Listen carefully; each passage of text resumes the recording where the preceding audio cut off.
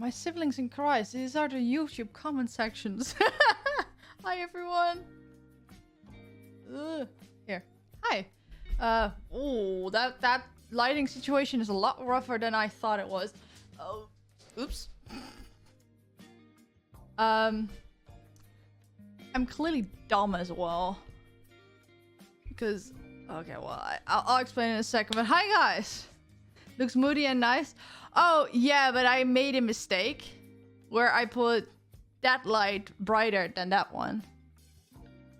And that causes a shadow. I should have done it the other way around, but that's fine. I actually am the person who comments on most of your YouTube videos.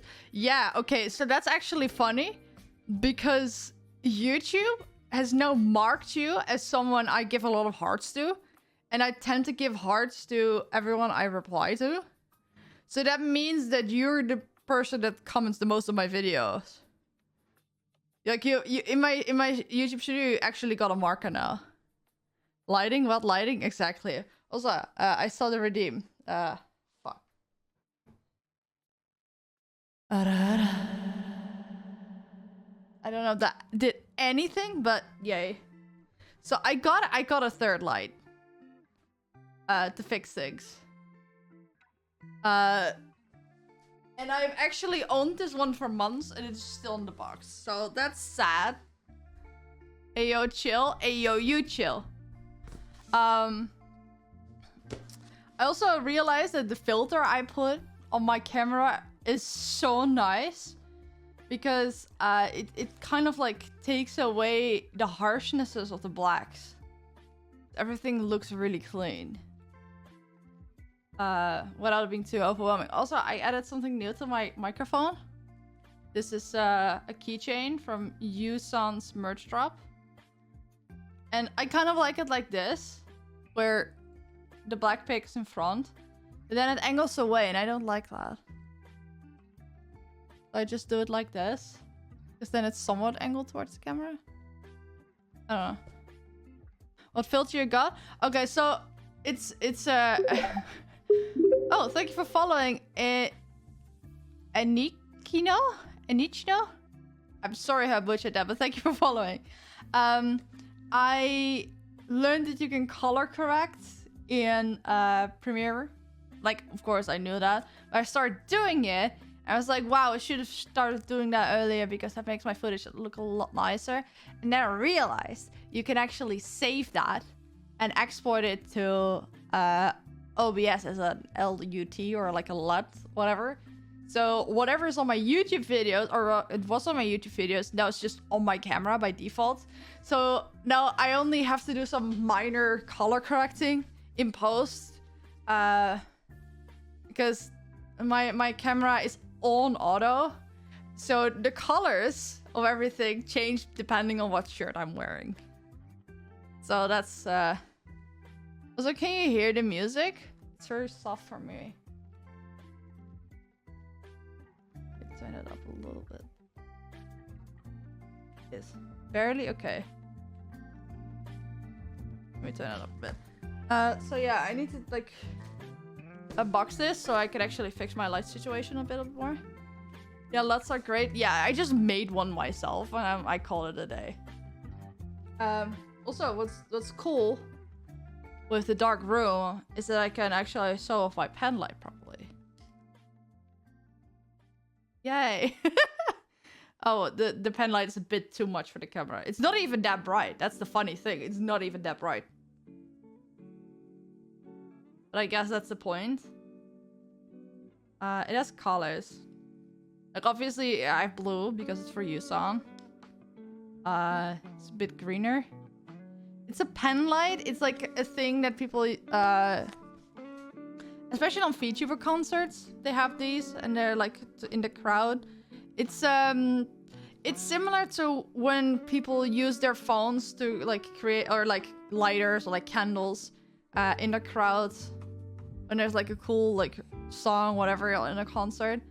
But on like VTuber concerts, people all have this and it changes color, so you can just change it depending on the song, on the background. So I've got the regular blue. This is Cyan, you cannot really see. I'm gonna hold my hand here so you can see. Green. A different shade of green. Okay, I swear this is yellow, but it looks orange. This is orange. Red. Another red. White, which actually looks really nice. Pink. Another shade of pink, which I think Doppio would say is magenta. Or is this magenta? This, I don't know. This is slightly redder pink. And then we have this really nice purple color, which is kind of my favorite. Oh, and then another purple color, which is also my favorite. I don't know. They're both pretty. And then we have blue again.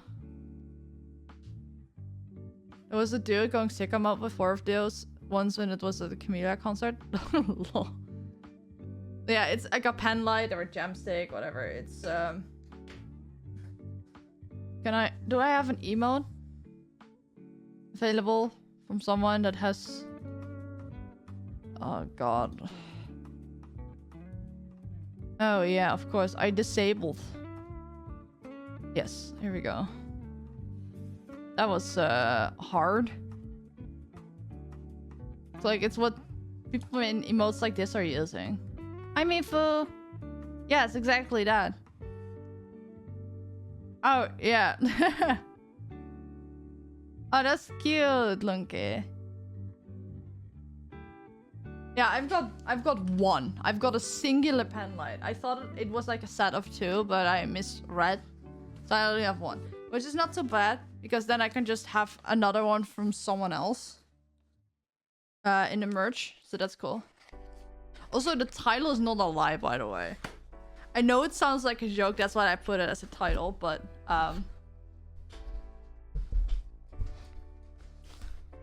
I actually ran out of my medication, so that's me being a dumbass. There's so much foam in here. What the fuck? Ugh. Okay.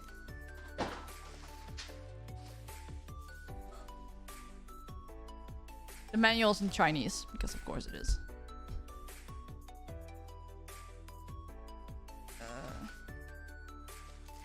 Okay, so this is the light box itself. It's like a cheap light. It's like similar to the lights from Elgato. But it's from another brand. Oh, you can... the controls are on the back. That's actually not so bad.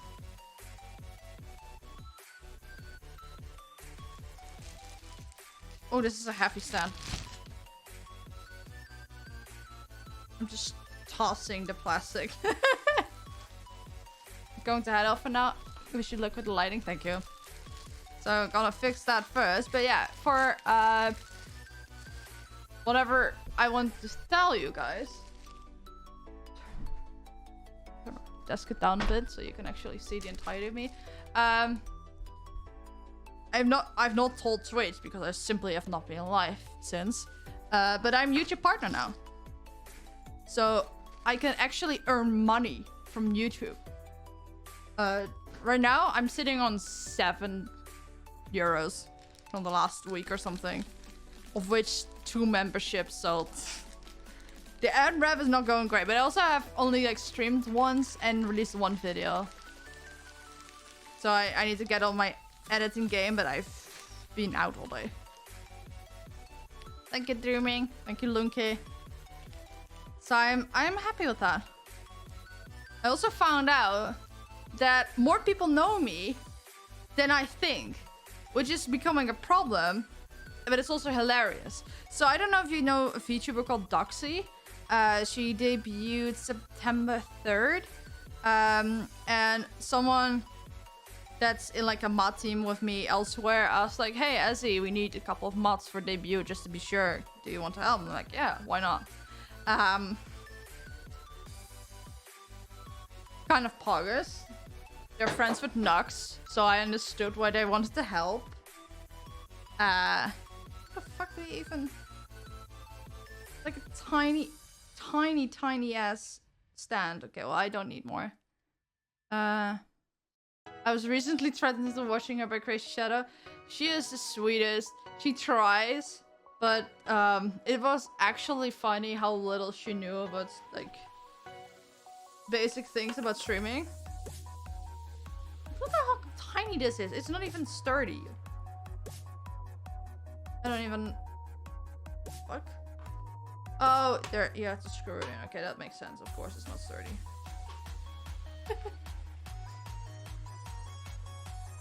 Ooh, good luck with the shorts. So you were doing for Connor as well? On his main channel too, or just Connor Dog? But yeah, I love Doxy. She's adorable, but it's absolutely fucking funny. Certain things went wrong, and we're just laughing in mod chat because none of us could do anything about it because it was all on her. The main channel one is made by me, yeah, but I don't know if the more's coming. I mean, it could just be a test. Let's hope it's successful. They're really good, Lunky. I'm really proud of you for that one. Like, not just like not specifically that short, but just for doing those shorts to begin with.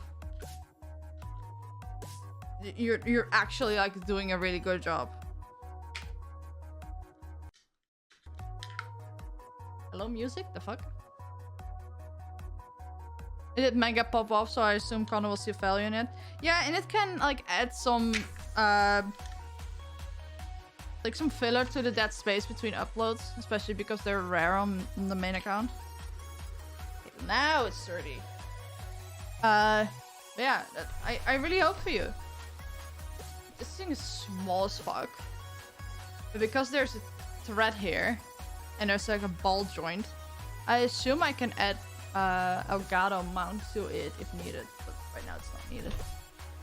No shorts bad.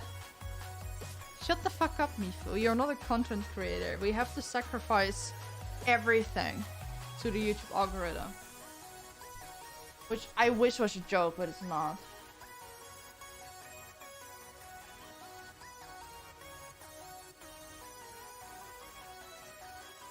Okay.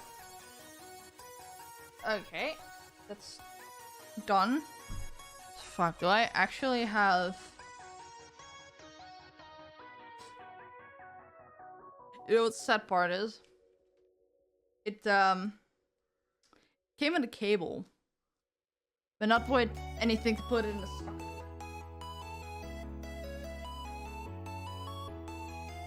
That's sad, I think.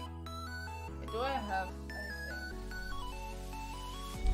I'm sorry, but you'll be going up. I need to look under my desk. Damn it, desk.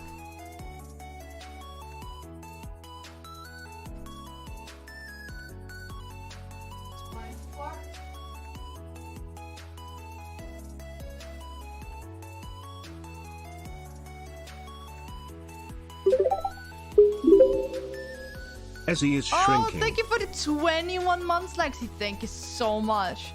No, I'm not shrinking. I was just leaving. No, I was not leaving. I've got a charger here.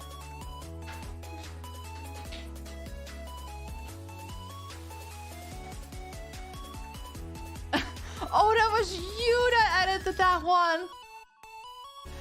Oh, I didn't click with me, but that's so funny, Lunky. Whatever the wedding will always wear the weight of your sins and the guilt of the burden. Ah, fuck. Still too hot to wear anything. Okay, let me lock this in.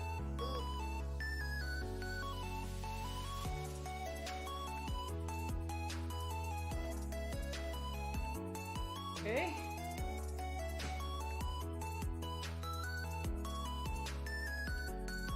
Oh!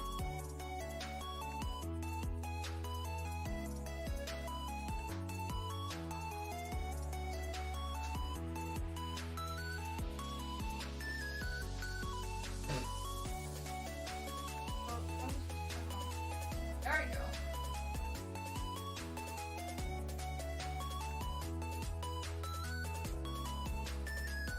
Hey, yo.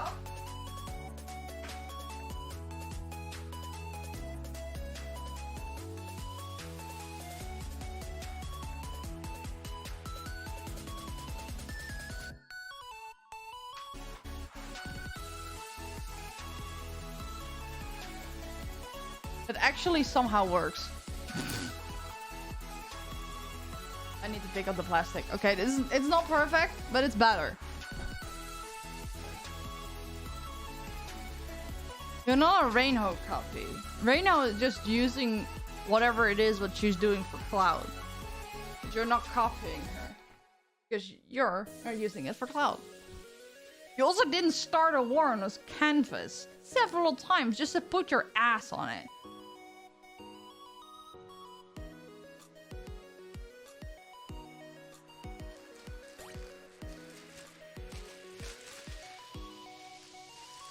Fuck's sake, Reese.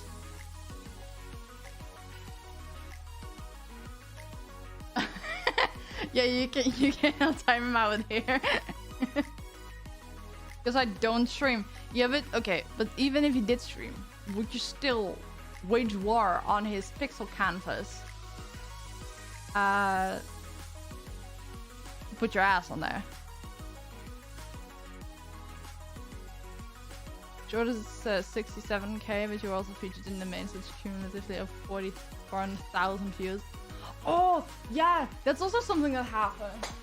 A video I made a thumbnail for reached 1 million views. Which is fucking insane. Obviously, it's on Mousy's channel, but yeah. The closest I got into that was like 600,000 or something on a clip.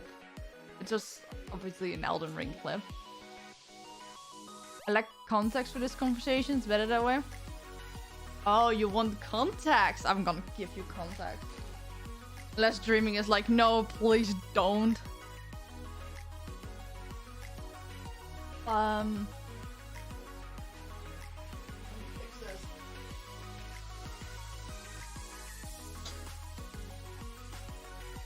That's somehow better, I think.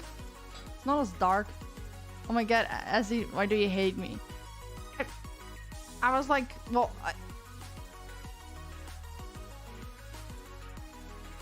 literally, I was like, I can give you context unless Dreaming doesn't want me to.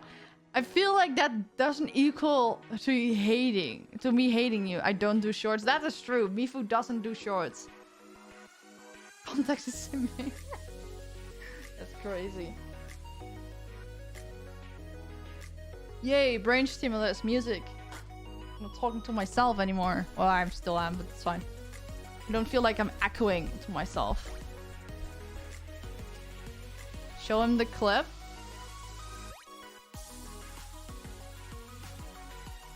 Oh, he's gonna watch it himself. That's great. Yeah, I don't know. It actually works to put the smaller light just on the floor. Like, it's over here. And then on the lowest stand. Just to light the background a little bit. So the thing in my camera understands what's going on. I feel like now I can play around with the... Oh, that's the wrong app. That's the wrong fucking app. Hey, Dreaming, if it makes you feel better. So, I did a stream on Astroline. Which is also a thing that happened, by the way. Astroline debuted. Mary got an entire VTuber agency with 5 people. 2 of them are like YouTubers that do like weird deep dives and I don't know, analytic stuff about storytelling. Like Into the Rabbit Hole and Nightmind. They're VTubers now, which is bonkers. So they're now in a VTuber agency with Mary. As he describing themselves. Fuck you. I share it. Wait, I need to fix something. There you go. So now if Mary has a VTuber agency, of course, there was Lore on debut. They debuted. I watched the entire thing. I didn't record it because I was, I don't know. When are you joining Astroline? People have asked me that. I genuinely don't think that will happen unless something drastically changed. Like, thematically, I fit in there. But the thing with Astroline is that they're very close friends for years. And that's, like, something that they want to build the agency upon. Like not just the storytelling capabilities and making it that an interesting thing, but also like being able to work together and trust and just good vibes. So unless something really drastically changes, I don't think there will be ever a chance for that. But yeah, I was doing a stream about their lore, and Mary was there, for God's sakes. No, I love Mary, but it put a lot of pressure on me. And then apparently Mary was, and I quote, barking towards other people that they should watch my stream. Then I got shouted out on the Astroline main account. And then the manager from Astroline was in chat when I was actively simping about Nick Nocturne. So what happened was that I was like simping about him. And apparently I was blushing. And his manager saw that and called it out. And laughed about it in my face. That's the first compliment I've got. Yeah, I did the RR at the start. Let me play around with the lights a little bit. But yeah, that's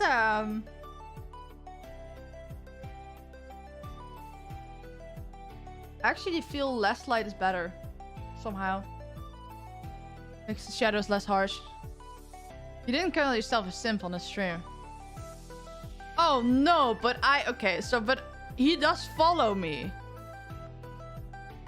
And I've said it on Twitter, I think.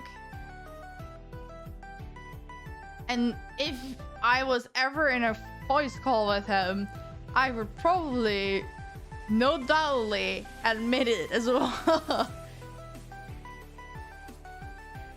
So that's a problem. Yes. You're back, I'm going to feed the demon. Oh, your dog. Fuck. Sherry, you're one of the most cringe people I know. Aw. Just openly stream, why not?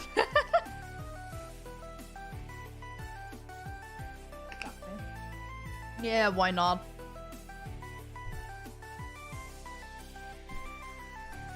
This is better. Also, you can see my fan. It was so hot today. Like, the entire week, honestly. That was just not funny. I like this. I like this. I was like, what am I gonna do with the keychain from Yusan's merch? And then I saw that it was like a bar. Like, this bolt here. There's like a bar that goes entire way through. Took me some fiddling.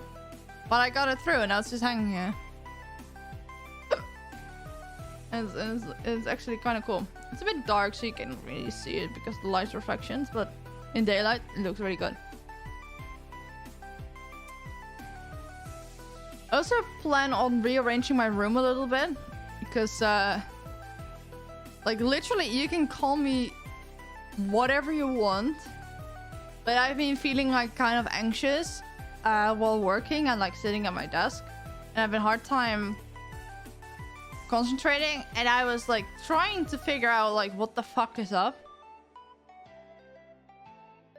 And then I got a lot of that feng shui guy on YouTube in my shorts feed, and he started talking about like the command position in a room, which where my desk currently is like complete opposite. And it makes sense because I had similar feelings back when I was in my other room when I started streaming. But I didn't have it when my desk was in another place in the room. So I'm gonna like try and simulate that by putting it against that wall. But that means I do have to figure out my lighting situation. Because usually when I stream or record during the day, I have an entire window, so my lighting is perfect. If I change my desk, the lighting is suddenly to the side. So I have to like figure out what lights out to actually still light things up. But it doesn't mean that my wall will be close to me, and I have shelves to this wall, this wall you cannot see. It was so hot, my cats didn't even complain for food at the usual times. Then it's incredibly hot. That's something. I planned to go live a lot earlier, and I had like 2 things I wanted to do. But I need to finish up some work, and I need to help out a friend with a thumbnail. But I was also gone for most of the afternoon because my hairdresser is in another town. So it's like 20-minute drive there, 20-minute drive back. But because my mom and I usually go together, and she had to actually like touch up her roots and everything. So we left home at like 1:30 p.m. It was almost 5 when we returned. Because I had to like first wait for my mom to get her hair in the dye. Then I got my own haircut. Then the rest of the process of my mom's hair dyeing. And then we had to go to the store and then to the supermarket for food. So all in all, we were like gone for what? Like 3 hours? Just to go to the hairdresser. Okay, we don't go that often. But that was a process. And then we had to like make dinner, walk the dog. I was completely dead. Also because I ran out of asthma meds. So I did my usual round with the dog. But that was a bad idea. So by the time I got home, I could barely talk. So that was not great. It was not smart. So, so I had to deal with that. Absolutely fucking great.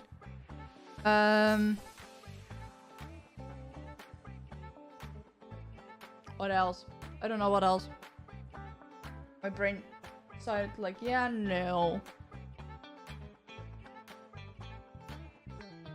Also, I got new merch. Hold on, where did I put it?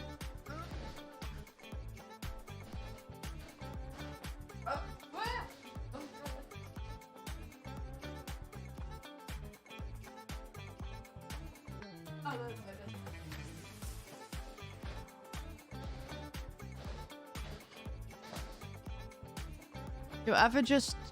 What, Natalie? What's up? So, I got a Mary Sandy. Look at how cute it is. This is the right way. Oh, you can see him.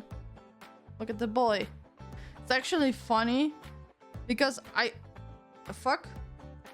Oh! I'm stupid. Exactly, brain. Okay. So I was like upset that the plastic of the acrylic Sandy was like slightly bit foggy. And I was like, well, I'm not gonna complain about it. It might just be the material. No.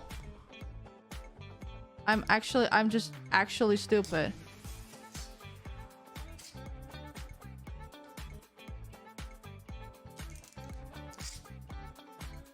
There was a peely. I didn't notice the peely. Now I feel incredibly fucking dumb.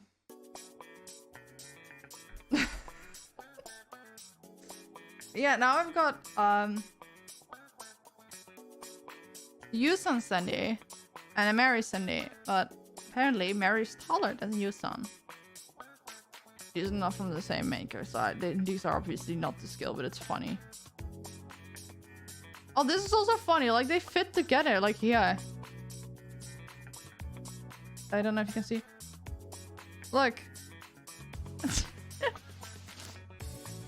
You didn't even savor the peelies. No, I was just annoyed at them at this point. I've had this thing for like a few days, and I've been annoyed at it, and now I'm like, yeah, no, fuck the peelies. Is there peely on this hand as well? Doesn't seem to be. Good. Yeah, look at Yusan. Yusan is so cool. God damn it. Oh, that I was telling a story and I got completely derailed. So back to the Doxy thing. I got asked to help with Doxy's debut. It was really fucking funny. Doxy's nice. But I was just hanging out there, right? I was just in the VC with all the mods. And, and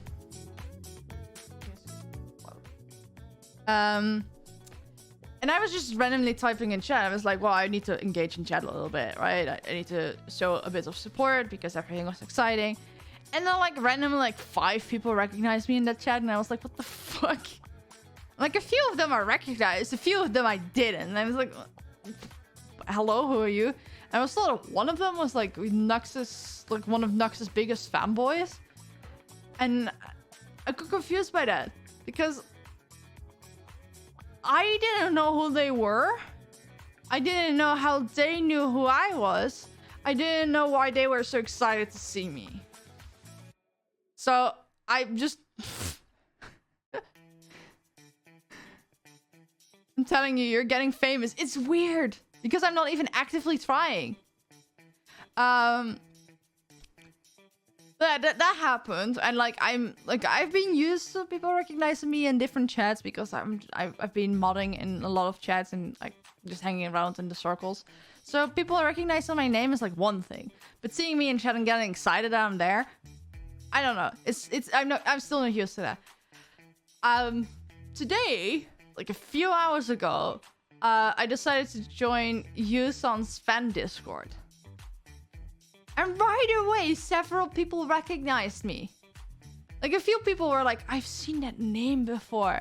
And other people flat out recognized me. And I was like, what? Fine, we'll not get excited when we see you then. That's not the point, Mifu, okay? Oh, speaking of, hello, Safi. Hello, welcome in. I was just talking about the fan server. That's phenomenal timing. I was just showing off my use on Standy.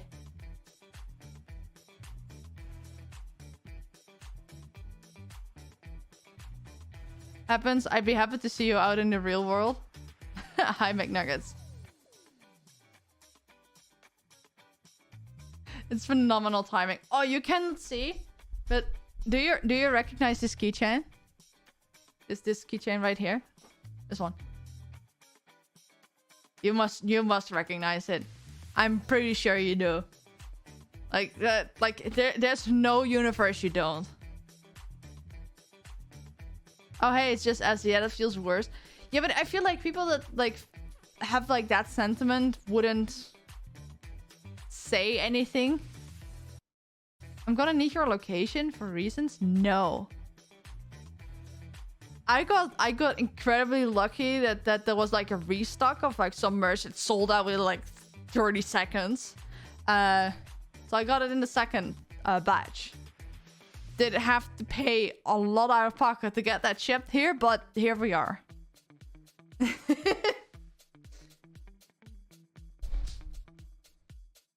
wait. I'm gonna adjust my camera a little bit. I can actually sit comfortably. Within 1,200 miles of McDonald's. I'm actually living in a sad town with only one McDonald's. And it's like the only active fast food chain that we have. Like, Mifu can attest to it. I saw a Taco Bell for the first time ever last week Monday. And he was there to witness that. That was so funny.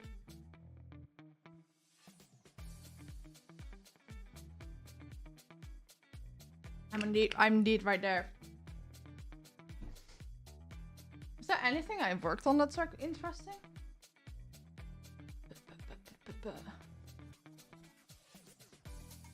In here? Thank you, Nat. I think EXO posted this thing already. Not dropping my standees. Should probably put them back on the set, but it's fine. Yay! Yay, it's an EXO. Here we go.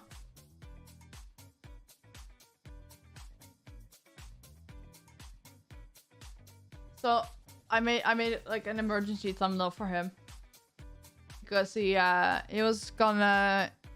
got access to crowd control, like the crowd control app thing, for Elden Ring.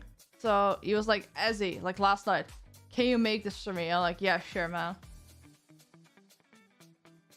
It totally is only just getting McDonald's and it's a drive-through. Wait, only just? Bro. I think I remember when the McDonald's here got made.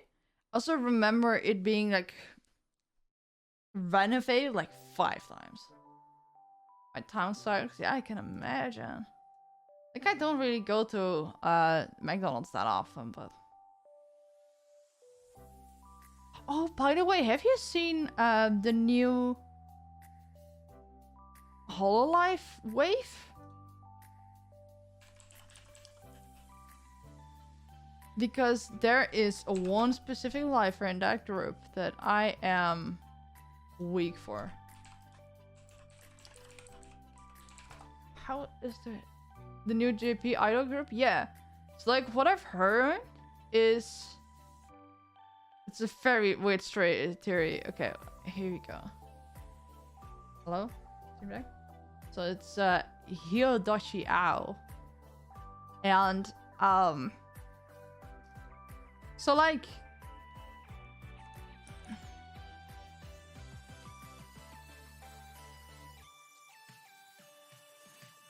yes.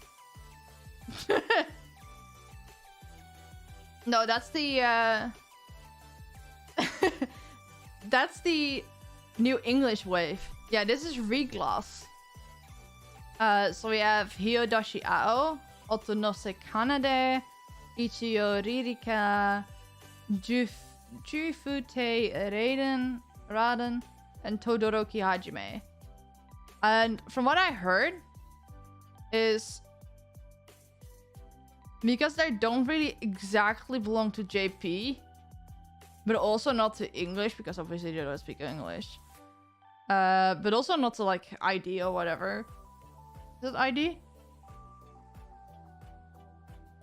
I don't know. Whatever is the third branch of Hololive, the girls is.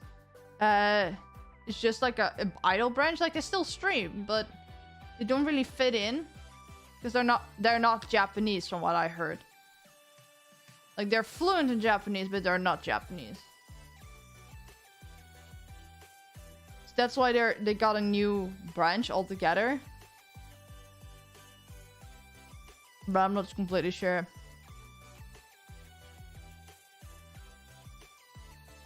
But yeah, her name was Hyodoshi Ao. I need to fucking wait. There's no way that the Hololive website is a WordPress website. I opened an image and it opens up as a WordPress file. The Hololive website is a WordPress website. That's crazy.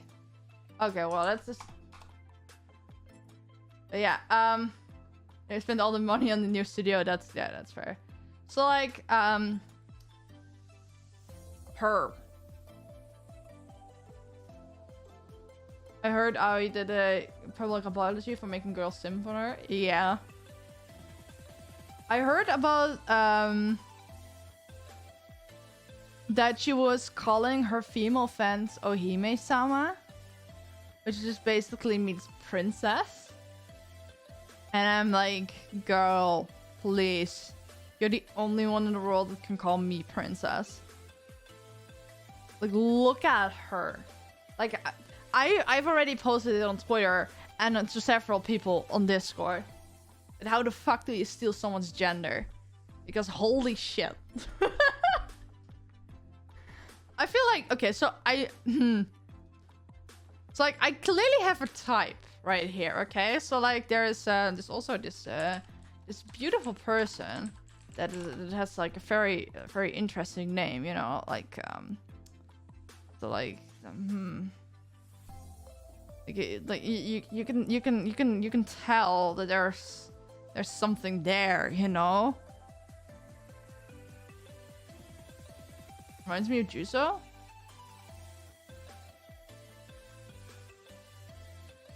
Juso Mori?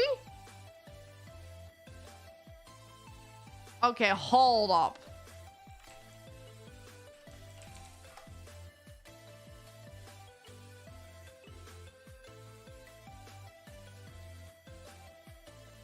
The second image? This one? Also, hi Cyanide. A wild Ezzy stream appears? Yes, it does. This reminds you of Juso?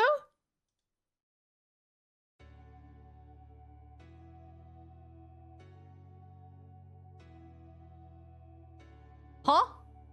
Same energy? I mean...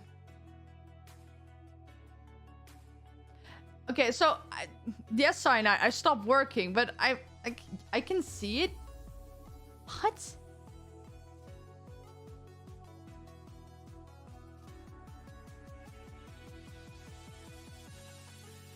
You mean to tell me that this masochistic being has the same energy as like an actual demon?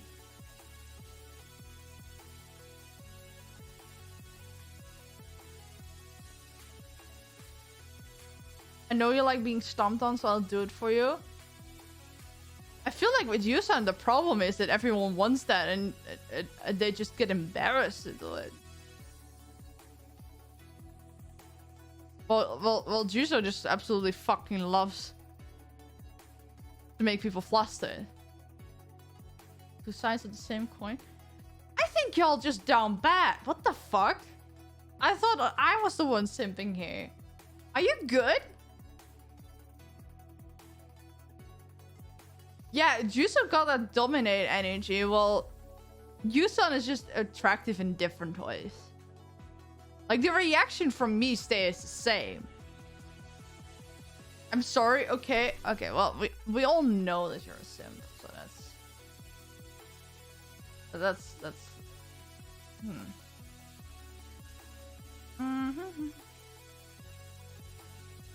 More than one person can be down bad at once. That's true, but you get what I mean.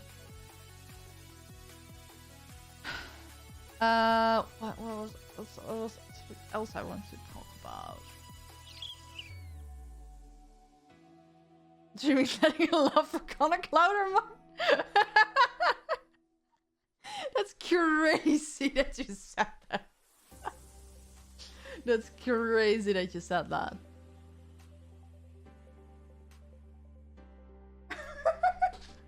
Dreaming catching strays. Honestly, the fact that that clip got featured on Connor's channel, the fact that Lunky was the one that picked out that clip makes it even better.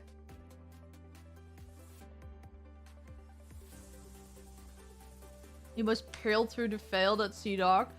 Oh my god. Okay, so only like a few people know this. Because they were literally there. But I went to see Trash Stage live like last week Monday, and I met up with Lexi and Mifu and Sherry, and we hung out for the day. And then later during the show, we were all seated at different places because we all bought a ticket separately. Trash Stage was doing like a quiz. Joey was the leader, and then Garnt and Connor both had to do an answer, and then someone in the audience had to do an answer, which is really weirdly set up, by the way, because Connor and Garnt both wrote their answer on a tablet, but they had to reveal their answer before the audience member could give their answer, right? It's like, as an audience member, you would know what their answers were before you'd answered. Yeah, that's weird. However, that doesn't really matter. That was just something I was like, why did they do that? That's irrelevant to the story. But there was just someone running around with a microphone to have people answer. And I was sitting with my hand up every time. I was like, I'm not even confident I can answer this, but I've got to do it. I got the freaking fucking mic. I got the microphone, and I was able to answer the question. I think it was like, what's a traditional greeting in the Netherlands? There were all questions about the Netherlands. The answer was 3 kisses on the cheek. So, Connor just went full meme mode because he was like literally head empty, like no thoughts, head empty, whatever. And he was like slapping each other on the cheeks. So I was like, okay, I have an opportunity to be sassy here. So when I had to do my answer, I was like, well, Connor is right about the cheeks, but it's 3 kisses on the cheeks. And it's crazy to me that like the actual first full sentence I uttered to those guys was Connor was right about the cheeks. And I don't even know how I feel about that. I was so nervous. I was shaking. I felt like I was gonna sag through my knees right then and there. But I held firm. But yeah. So crazy thing is, several people I know were in the audience. So I got messages about that. Yep. Wait, you can add it to the bot, I guess. Wait, cool. Does the bot still work? I hope it does. That will...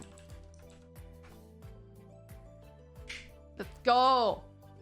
Yeah, I have a stupid quote bot. I think VIPs can add to that as well. Not completely sure. But yeah, that's that was a thing. And I didn't even think about it, but because Sherry was sitting like behind me a few rows, but like to the side as well, she could take pictures of me from the back. And Lexi was sitting like down closer to this to the stage. I was like on the first row on the balcony, and and she would film the entire thing, like when I was like up, not the stage, because she already got almost kicked out from filming, like not even filming the stage, photographing the stage. If you think that was bad, you should have heard Ezzy and Sherry talk about boba tea. Yeah, that was an interesting conversation, and I feel like I traumatized Max. So I had boba tea for the first time. Like we were looking for some ice cream, but we found a boba stand instead. So Sherry's like, oh, I'm gonna get boba. And I'm like, yo, I've never had it. Can you recommend me a song? So I got the same one as her. And I forgot what it was. God, I forgot. However, it was purple. Oh, Queen Staro? Something like that? The reason, oh my god, the reason I remembered is because I said, oh, it was purple, and that was like, I realized something because it was purple. So, Uki Violetta has this nickname. I don't know, but it's just the screen name he uses on Discord. And that's Taro Twink. And I never understood what the fuck that is, and what the fuck that means. And then I had Queen Staro Boba, and it was purple. Almost exactly the same purple that Uki Violetta is. I'm like, oh, he's just a boba addict. That makes so much sense. That makes so much sense. Yeah, that's how I remember. That's weird. But yeah, I thought that all those boba balls were gonna have a weird texture. But the truth was that when you have, like, this is where the weird innuendos start, because I'm trying to explain it. I'm trying to not be sus, but it's just happening. But if you, like, take a sip and you have, like, liquid of the milk in your mouth with some of the boba balls, then you don't know they're there. And it was such a weird experience, because I never understood why people choked on them. But then, right then and there, I understood. Surprise balls, yes, they're actual surprise balls. Yeah, that's how I stood there. I was like actually like analyzing it and not thinking about what I was saying. But I just saw like Mifu look at me in horror. And then Max was like, I just met you. What the fuck are you talking about? And I don't even really know what Max's brother thought of it, because he didn't say much. But that was interesting.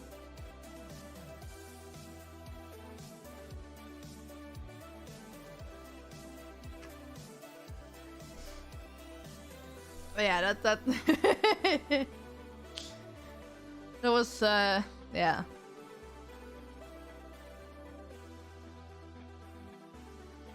I'm trying to behave and they're saying stuff like that. Okay, but like you tried, but you were still surrounded by us and your real nature came out. What's going on? I was explaining them the Boba story. Wait, you weren't there. We just... Oh, wait, you weren't there. So, like, when we dropped you off at the venue for your VIP entrance, like, Lexi got VIP tickets, so we had to drop her off at, like, 5:30. But our show didn't start until 8. Like, the doors didn't even open for us until 7, so we had some time to kill. You didn't have to. It was your choice. No, wait. That's not the point. We went to get boba. I had never had boba. And then I started talking about what the experience was. Because everyone always told me, like, oh, the texture is a bit weird. You have to get used to it. And then you can kind of guess where that's going, right?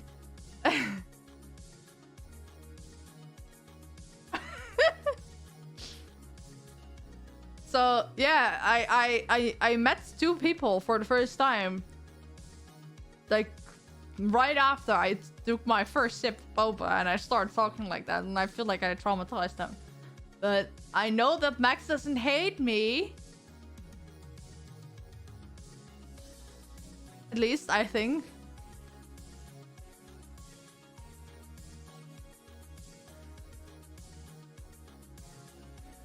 You're not. You're telling me that I'm bad. You're not making it any better. I'm not even gonna read out that message.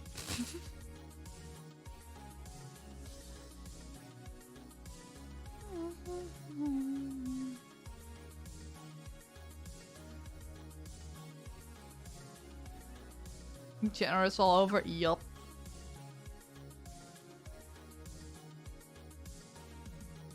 Not a huge fan of boba. I mean, I understand. Like the one I had, it was nice, but I think I'd go with another flavor. Next time, like something a bit more. I don't know what I'm used to with milk.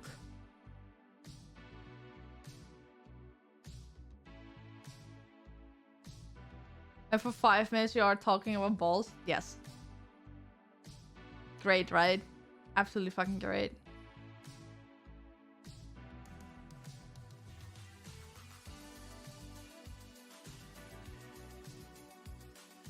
Fuck. Why the... Okay, so...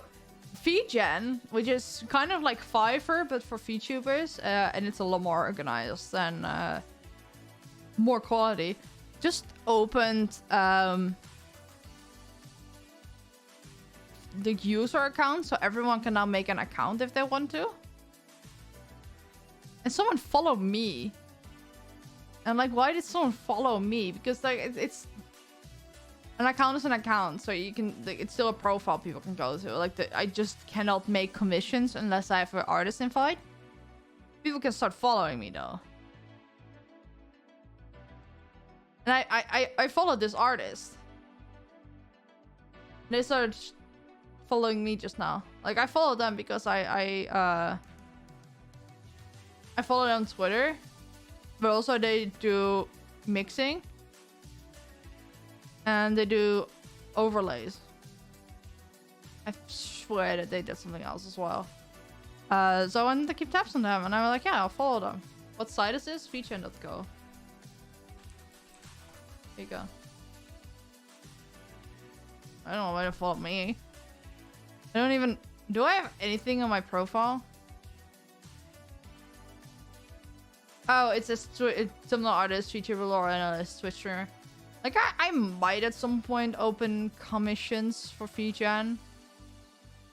If artists can fully sign up. I'm not sure though. Also, have you guys seen Rambo? Like a big Minecraft YouTuber? Or like Minecraft YouTuber slash streamer? He became a VTuber, which is crazy to me. Let's see. Oh, he's starting soon screen. Yeah, he is a VTuber now. Wait, is this his actual chat? Because that's funny. I think it might be. I think it might be his actual chat. That's funny. Can I look up his thoughts? I don't fuck with the Minecraft quiz? Wait, that sounds weird. No, I understand for him. Like, yeah, obviously, like, you can tell from here. He always wears a mask. And it is, like, partially for privacy. But also, he doesn't like how his face looks. So he gets self-conscious from seeing his face without the mask. When he's streaming, like, obviously you look at your own stream to see if everything still works properly. And also when he has to edit. And, like, even with the mask, he said that was still a problem. So he's like the dream guy. He wasn't a dream SMP, but he is a lot less controversial. Like, a lot less. But yeah, now they got a VTuber model. Which, funnily enough, let's see.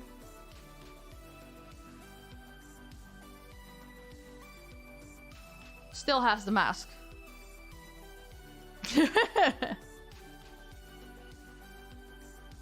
Like, he just added the mouth to the mask, which is really funny to me. But I quite like his model. To the fucking bear?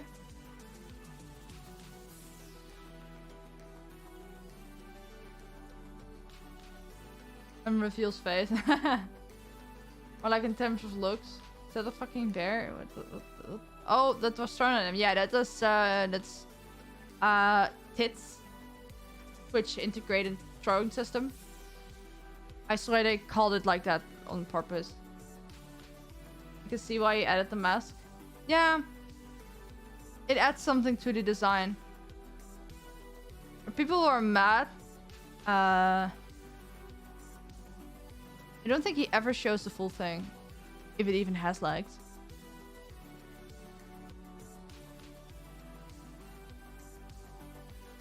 I do have to say his overlays are quite intrusive.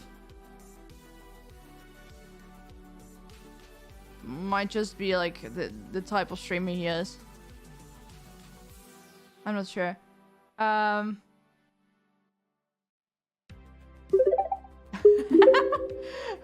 Lexi GNK gifted a tier 1 sub to Dreaming Cannibal.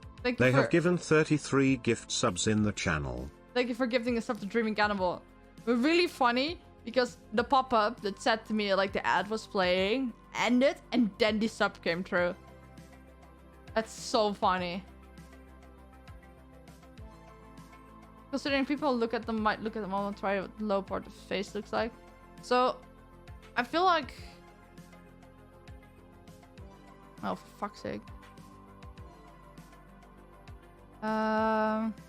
Didn't the starting soon screen have like fucking hell videos?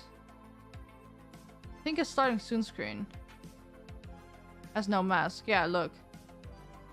Like, that's not the problem. I feel like it might just be that because his brand is like the two-toned mask. I wish VGen let me search commission titles. Yeah, they're still like working on things. So like currently, you can only really go on tags. And then you can have random or latest. And then have all, which this is just portfolio. This is not actual commissions. This is just portfolio. These are just shows what they have made. And if you like, well, you can, if there are commissions attached to it, because you can put portfolio but not attached to a commission, but you can otherwise as well. It's like, okay, so this is commissioned by a client. Commission me for something similar. So then you have to click through, and then you get at the actual commission, which is, it works for now. But it's annoying that you can't just go to their page and be like, hey, I just want to sort at price. I want your character here illustration and then sort it at price. Or narrow it down more, because your character here can be emotes, but it can also be a regular regular illustration. It's mostly emotes though. I need to go to the bathroom real quick. I'm so sorry. But yeah, that's really annoying, and they said that they're gonna add that. They're trying to improve the website one step at a time to avoid things breaking. Yeah, I need to be right back real quick. Sorry for running off like that. I've been dealing with some stomach problems, so I was like, oh shit, I need to go. Yeah. With VChan, what we're talking about, yeah, VChan. I probably don't want you to sort by price because I would pit creators against each other. Yeah. I would at least appreciate, like, even if it's like random, like they've been doing, that you can see the actual listing of the gig. Like, we have a tab here for showcases. You cannot see because I'm in front of it. Showcases. But how about like, oh, this is an artist. But the thing is, with artists, you can only like see their banner picture and their name. So that doesn't really tell much. Like, you can still see something like, oh, I find this interesting. Oh, that's actually cute art. But most of these people, I don't have like a banner that's like, I don't know, advertising themselves well. Like, this doesn't say anything. And this is just a logo that I probably didn't even make themselves. It's like, it's one way to navigate. Oh, this is cute. What the fuck? Oh, I'm actually saving this one. Because I've been looking to get like a small chibi done. Just for a banner picture. Like, imagine having a chibi like this. And then just the entire banner is like flat color, but just like one chibi of me. I've been looking for something like that. Okay, well, that's something to save. Yeah, I would love to see like the actual gigs, because if I go to someone's page, like, these are the gigs. Like, and for gigs, I assume people have to put in like tags to understand that the system understand what it is, right? Because otherwise you cannot look at the portfolio stuff. This is cool. What the fuck? Too many good artists. I'm not gonna follow everyone I like. They do character design. Interesting. It's like, if I'm looking for an illustration, I want to be able to look at all things tagged as illustration and then like filter through, like, oh, this is a portrait. Oh, this is a half body. This is a full body. And like filter through that. Because if I go through like illustration, it's like everything in there. Oh, this art's cute too. What the fuck? Oh, they do models? Oh, this is PNG tuber though. Oh, these are actually... Okay, I have to keep them in mind as well. A lot. And I correctly guessed it. Okay, good. Yeah, they're cute. That's good. I like this type of illustration style. Like, it's still a clean style. But the colors are a bit softer. Which is also a reason why I got the person who is... who did my current profile picture. I like this. This is really cute. Yeah, but right now it's like you either go through artists or you go to showcases and then you like illustrations. And like these are illustrations made that fit like a gig. But because you can I don't know. You can name this anything. It doesn't always tell you much. Like, I would love... Like, it would already be handy if they added, like, a price for it. Price starts at or something. Because if I click on this and then commission by client, commission for something similar, it has a base price. If it loads. If it loads. Yeah, it has a list price. If they just added this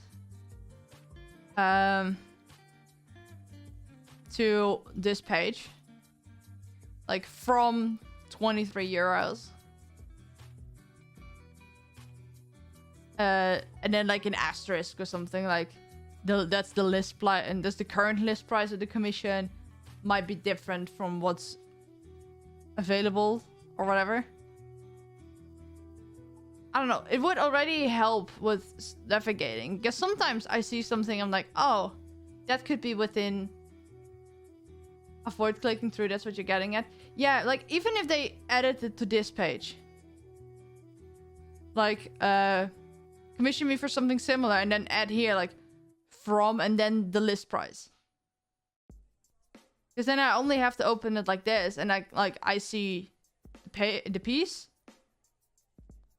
and the review and like their own note, and then the price is like right here or something. Especially because it's linked to a commission. Because here you can see a lot of pieces. Like this is just a portfolio piece, so it's not linked to a commission gig. It's like it doesn't have the check mark here, like most people have. Oh, well, there's no check mark for this one either, but it's still tied to a commission. So you cannot even tell, aside from doing this, what is, like, now you know everything is tied to a commission. But if you do this, which is the default, by the way, you cannot tell. If they literally just added the price, like, right here. Like, it doesn't have to be big, but just available. That would make navigating a lot easier. And this website is also not great on phone, by the way. Because as you can tell, every time I click on something, if I click on commission something, it will just open a new tab. Which it doesn't do on phone. But sometimes it does, but you don't see that it opens a new tab.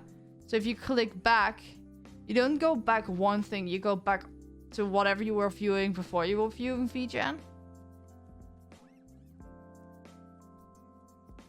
And then the base VGen page is like somewhere else, and it's, I don't know, it's not that great to navigate, but if I'm looking for something specific, I can usually find it somewhat fine. Like, I like this, the Surprise Me set.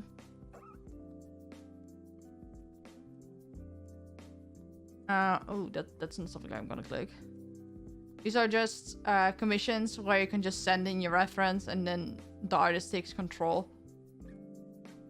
Like, you can say, like, hey, I want a chibi that's to have this pose. And I want this specific thing. And then the person will just draw that without, like, revisions. You'll just, like, you just send in what you want. They take complete creative control. And then you get it back and there's no revisions.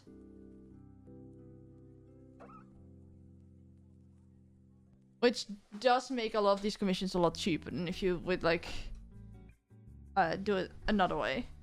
Finding the good stuff. I cannot show you, otherwise I'm, like, getting banned. That's not ideal, though.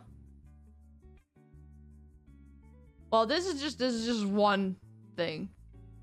Like, you can just get regular illustrations as well. I just like the Surprise Me tab. It's like similar to Scap. Yeah, I like the your character here section, But I'd love to have like filters where I can just filter out the emotes. The search option of it is not working. Yeah, it's not great. So for like VTuber, VTuber model art. This one I understood somewhat. Oh, what the fuck? That's scary. I like it.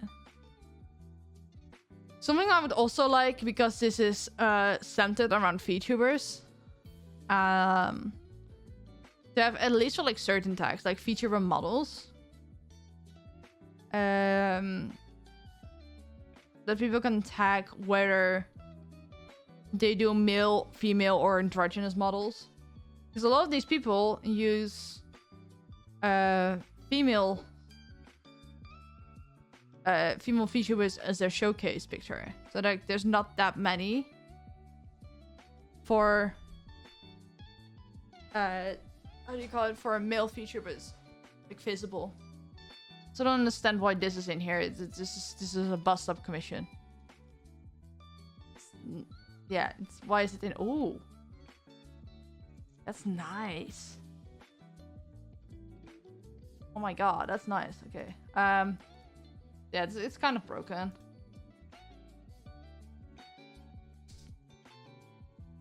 Yeah, it doesn't even work. What the fuck? VTuber model art. Ooh, they're doing banners? I need a banner.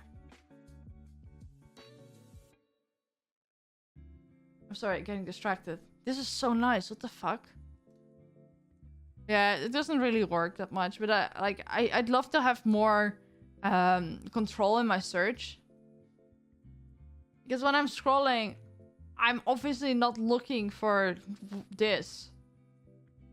And I know a lot of these artists can do more, but they just haven't simply edited to VGen, because they only edit stuff they made through VGen to their portfolio. So if I go to their page, big chance. Loads. Fucking, there's too much open. Sorry.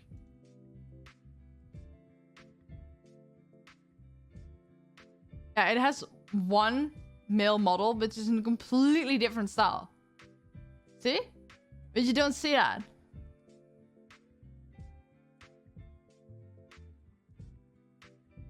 It's just frustrating.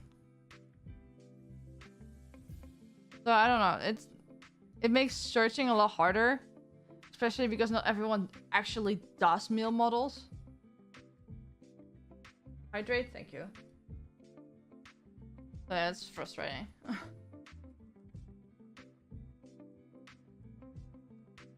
What you're looking at? Oh, VGen is like a Fiverr, but made for VTubers and artists. For like VTubers, it's great for streamers in general, because it's just a lot more art focused and less like gig focused, like on Fiverr. On Fiverr, there's so much junk.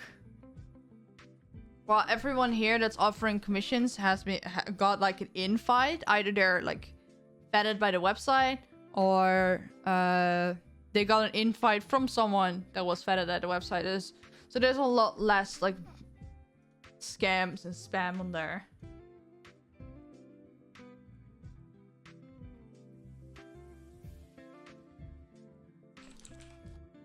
Oh my god, this is great. So I've got a friend that I met years ago in World of Warcraft.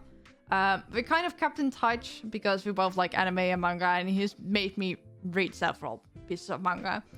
And he has this friend at work who draws manga. And at some point, that friend of his, like, he is British, but he works in Switzerland, I think. Yeah, Switzerland. And that guy was like, "Oh, I got you a good recommendation. I'm gonna show it to you." And he was like, "Oh, this is gonna be good, right?" It was something we both already read. It's like super popular, and he acted like it was something underground. It was super funny. And now he messaged me like, "Oh, guy from work was like, hey, I'm reading Jujutsu Kaisen, and like this Shibuya incident thing seems really good." Oh wait, no, it's not even about the manga. It's about the anime. The Shibuya incident arc is just starting in the anime. But he was like, oh, the Shibuya incident thing is really fucking cool and everything. And aside from the fact that both my friend and I have already read it, so we are like, yeah, there's nothing new to us. He hasn't read the manga. So he is just hyped about this cool new arc. But I fear for his soul.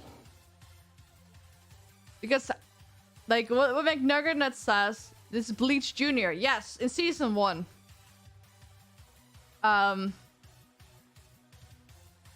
Season 2 is gonna be completely different. It's at least if they do the manga any justice.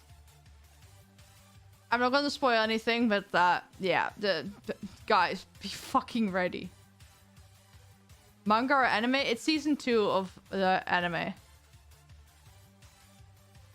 It's like if you ever wanted to like watch Jujutsu Kaisen, I feel like now is one of the best times. I left off at Shibuya Incident. You didn't like, you just started at Shibuya Incident and just left off there. Oh, dreaming. I'm not lying when I say that I think Shibuya Incident is one of the best arcs in manga I've ever read. Like, it's a bit sad by the arc it was followed by it, because I don't know, it felt like the story peaked at Shibuya Incident, and then got like, it's still a really good arc that followed it, but it just felt weird, and I've not caught up in like a while by now, but it's building up to like both the end and like some really, really big stuff.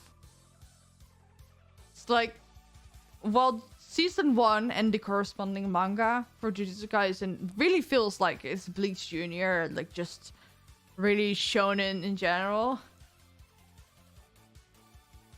Shibuya Incident just puts it on its head, like it turns it on its head. It's like, it's something completely different.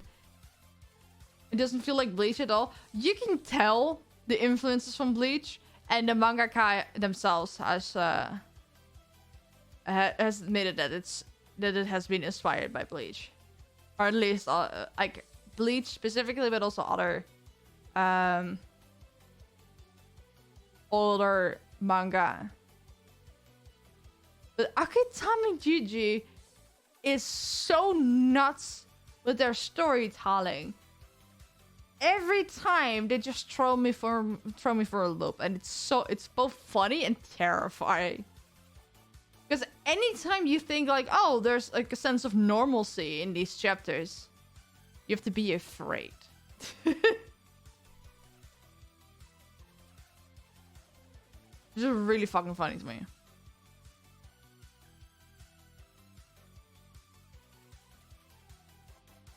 Yeah, I have to catch up with the anime a bit. It was like a smaller arc at the start of season 2, where it's like flashback to Gojo and Geto being in school together, which I think in the timeline is like 10-ish years before the main story. And then it jumps into the Shibuya Incident. But I've not caught up with that first arc. But that means I can binge though, which I plan on doing soon. Okay, mosquitoes. Actually, I hate mosquitoes. I read there's probably gonna be like a lot of mosquitoes. I don't know the English word for the exact thing. I'm sorry, I got distracted, but what the fuck?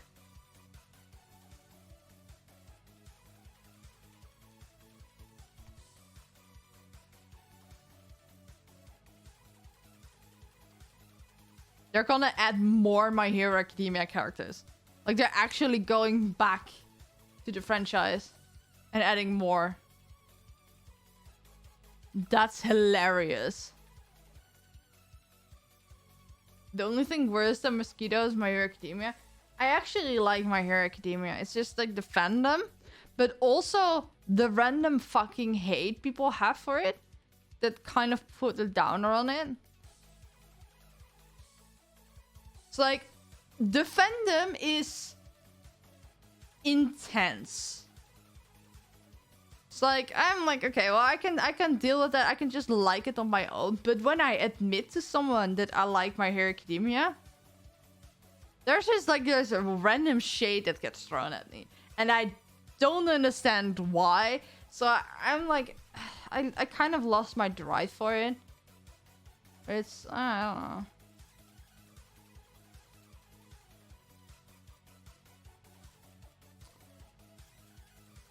But to like show or put in perspective how much I love it, back when I think it was season 5 that started, like at that point it just started airing, like 1 or 2 episodes or something. I had like a friend I met, and his favorite anime was My Hero Academia, and I didn't know anything of it. It was like a few years ago. She was like, you should watch it. So like I completely went into hyper focus. I watched the entirety of it, like 100+ episodes, like a few specials, and like I think a couple movies, in just over a week. And I was sad that I didn't have any more and I had to go weekly. But because the dopamine runs out, I just forget at some point. So I kind of kept up with the rest of the season till midway through. Then I kind of gave up. I was joking before, maybe I'll give it a watch. It's really good. One Piece has made it so that I forget every anime I watch unless it's continuous airing. Yeah, I can understand that. Also, gotta take out my dog. See you later. Bye-bye. Thank you for being here. I really appreciate it. Fuck. But if you want to get through the story, you care more about going through it quickly versus watching the actual show. The manga is almost a 1-to-1 adaptation.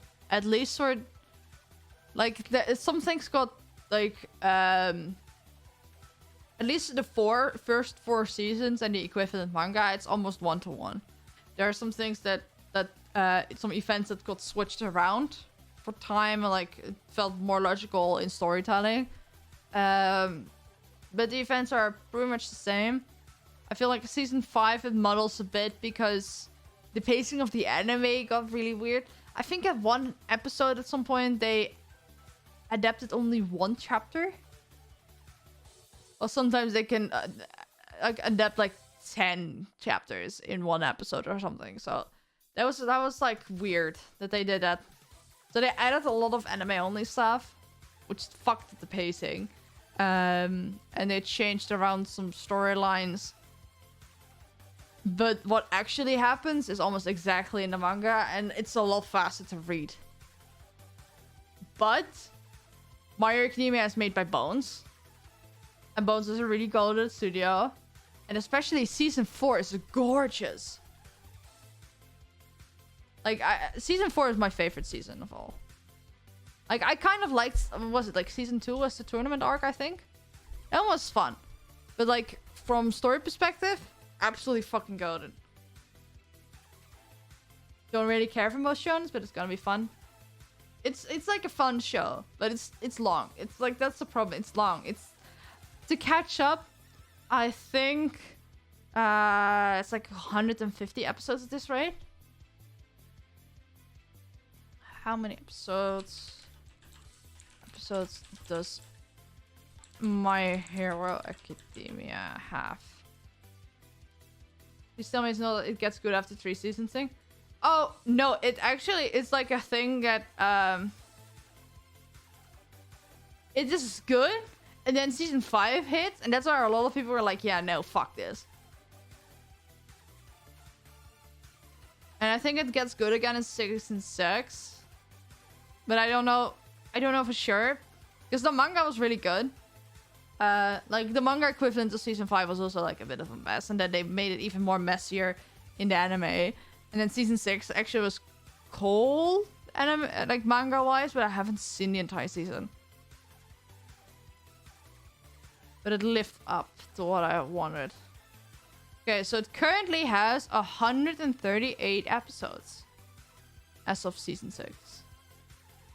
That's a fuck ton.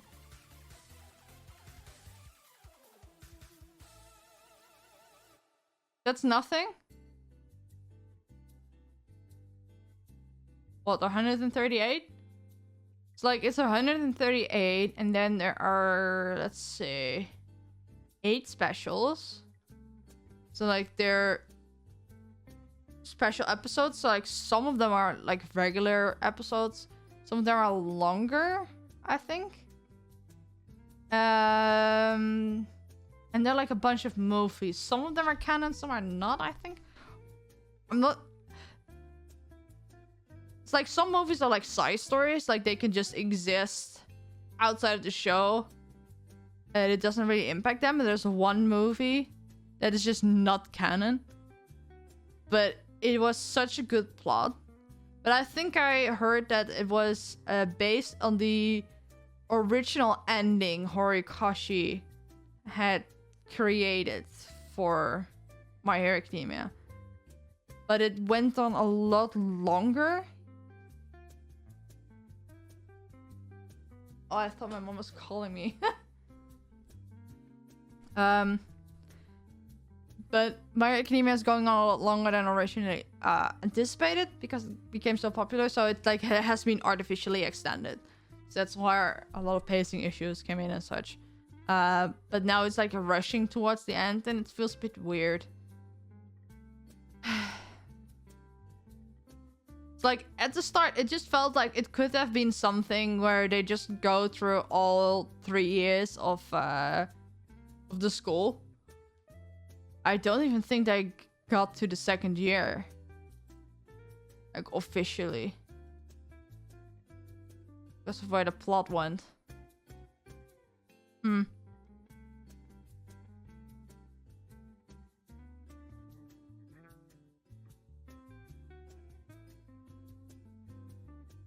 Meeting is never gonna end.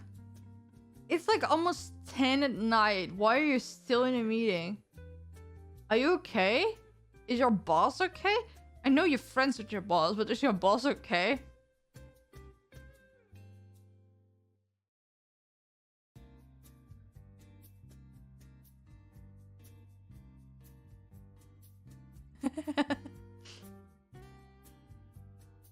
Look at this.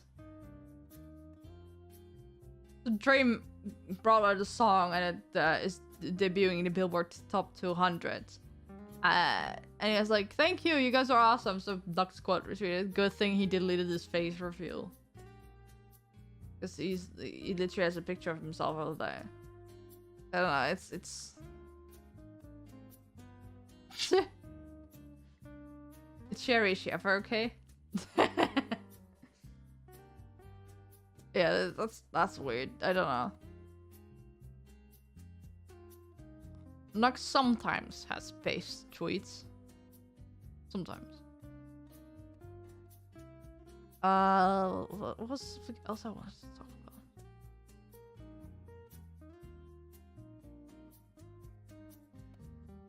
Oh my god. Wait, what's so controversial about Dream? So he did a face reveal. And a lot of people on the internet were calling him names and bullying him. So he unface revealed. Like he privated his face reveal and then posted an entire video about why he was putting on the mask again. So like I understand where he was coming from, but it was done in such a weird way that it was like very unclear whether he was serious or just looking for publicity, because shortly after he released a song about his mask. That's not how the internet works, bro. I blame it to him like being young and being chronically online and being more popular than he can realistically fathom. He's not young. He's like a year older than me. I call that young. Yeah, he's 24 years old. He just turned 24 last month. I like legit, I call that young. Like, when did he blow up?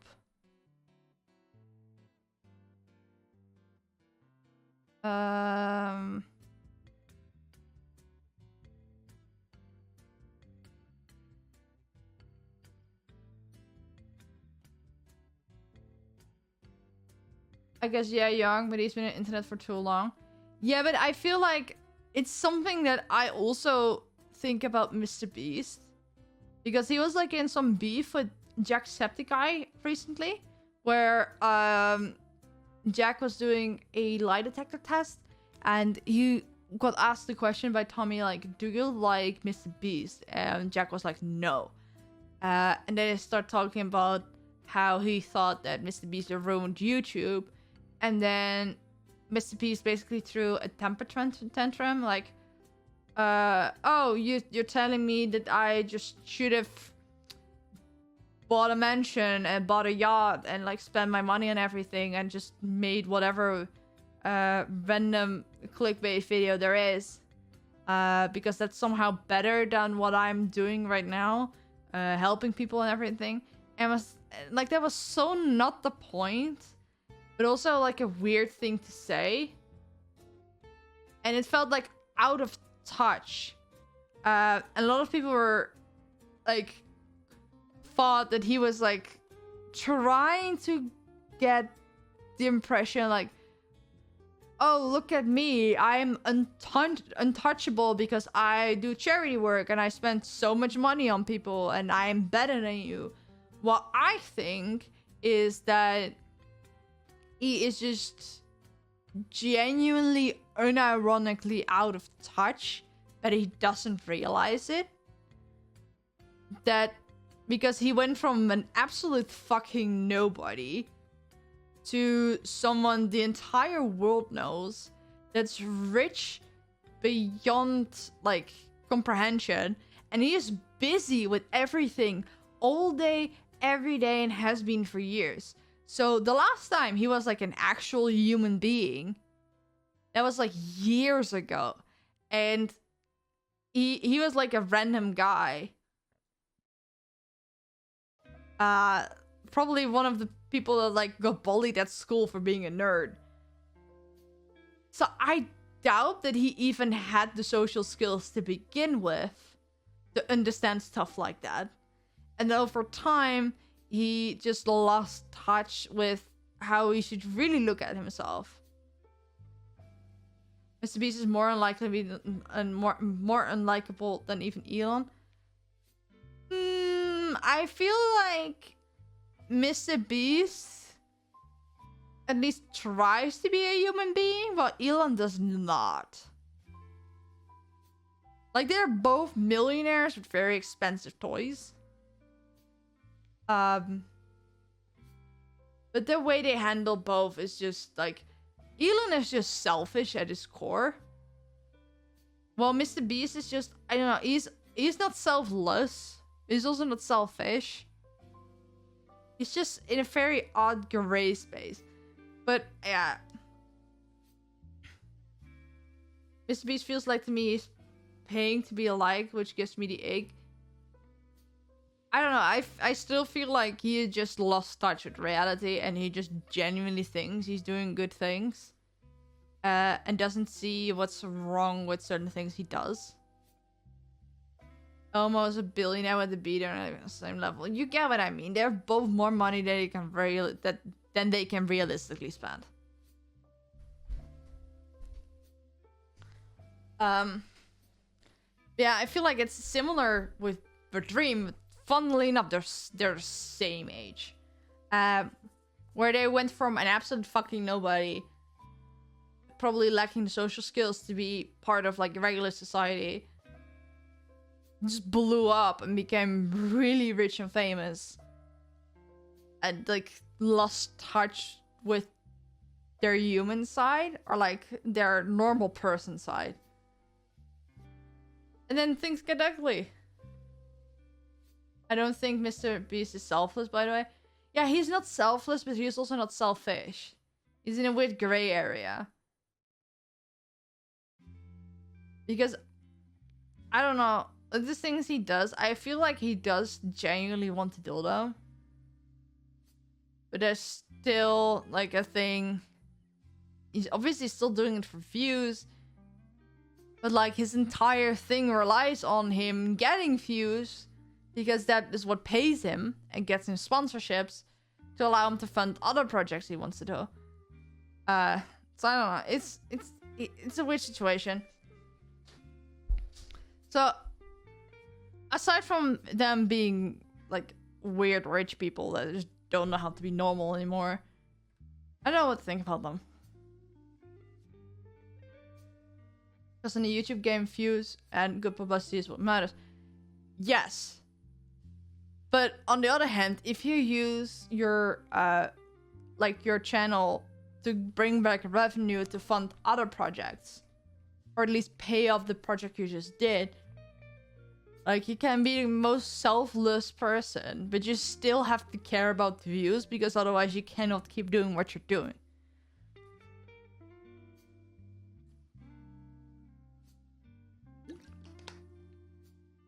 So even in the ideal situation that all he wants to do is charity and philanthropy and like helping people with no ulterior motive whatsoever,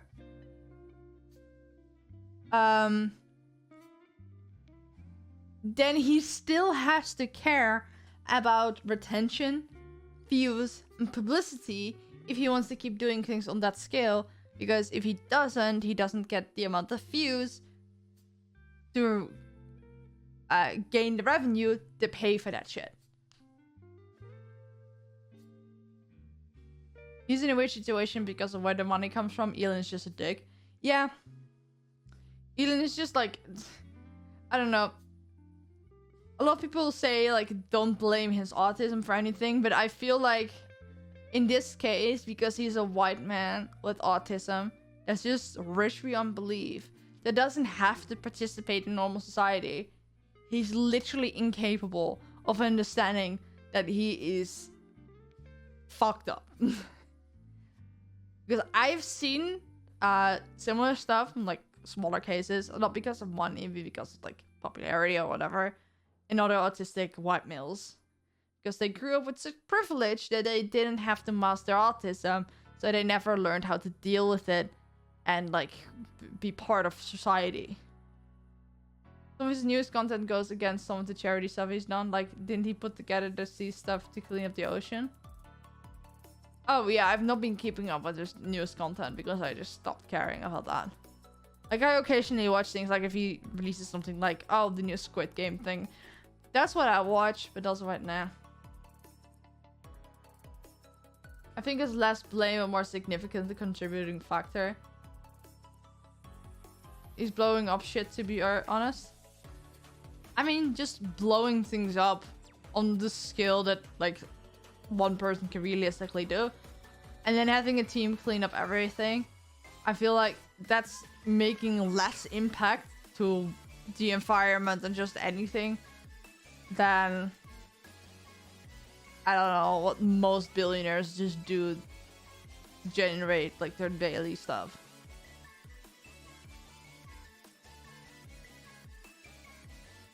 It's also weird because we can actually see what he does because it's content.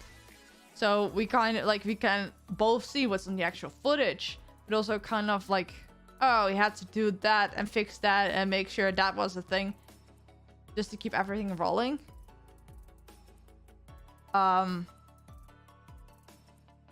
So we obviously can see more and we can judge more.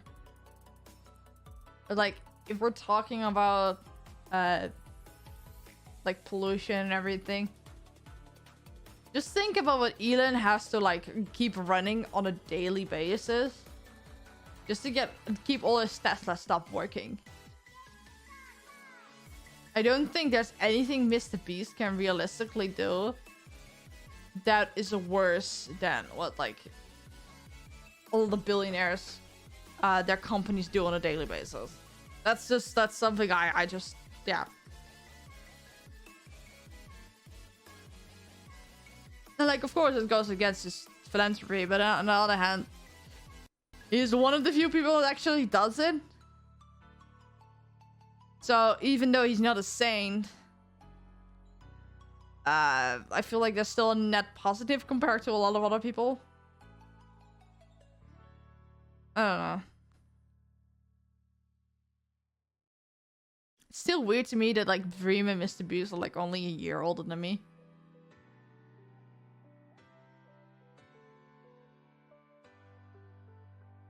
Wasn't the line of not worse than the others, but also not positive. Oh, yeah, but most people, it's not positive. Like, there's a lot I can say about a lot of famous creators and well-loved creators that on the surface, everything looks positive, but it's simply not. It's not some stuff I'm gonna say. Because I got told a lot of it in confidence. But, like, just because you can see it, and on the surface everything looks positive, it doesn't mean there's worse behind it. I don't know. Sometimes less bad is all we get. Yeah, like, nobody's perfect. Like, I feel like the better someone's outer image is, the more is hidden behind it.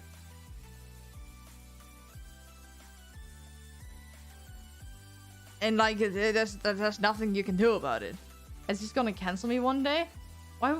What would I cancel you for? Being cute? What the fuck?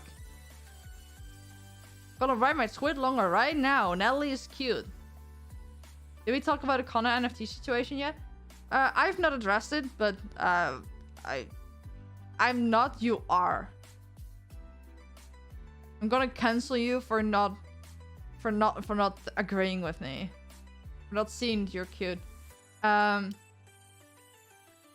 yeah, the Connor NFT situation. I feel like it's two-sided. It's kind of like, yes, he was not informed, which is bad. But also, I feel like if you work with it behind the scenes, like, I read what it was and I was like, this is weird and doesn't feel right. Like, I had bad vibes from it and I didn't even understand what was going on. So it turning out to be related to blockchains and NFTs is like, that was not a surprise whatsoever. So I don't want to blame Connor, but I also want to say, like, how did he not smell anything sus there? Like, how? Like, it's a both sides thing. Like, he was lured into something, probably lied to, but also I feel like people should have more common sense about what they're doing and should do more research for what I'm part of. That's like a big reason why I don't work with anyone, even though I have had requests to, like, work for, like, long term on certain channels. I'm like, I don't know you. I don't know what you do besides things. And frankly, I don't trust to work with you. It's like, yeah.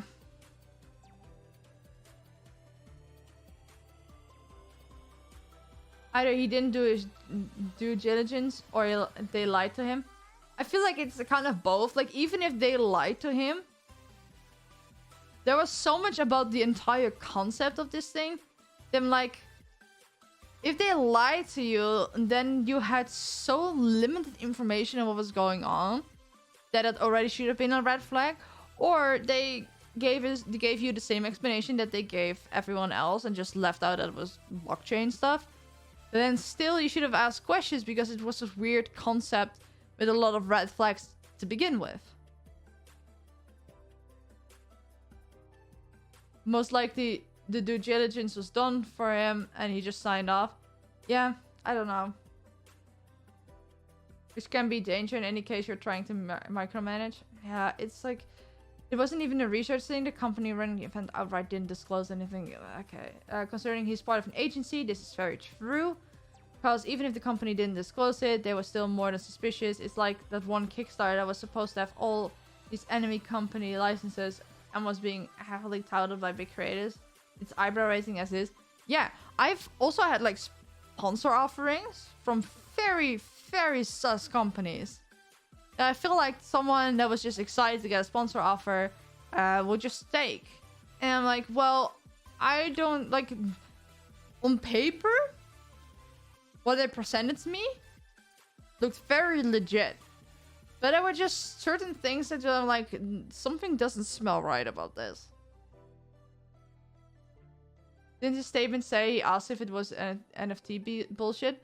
I think his statement said that if he knew it was related to NFT shit, he would have never joined it. Which makes me assume he was just never told. But then I still feel like there were not enough red flags for him to like start asking more questions, at least.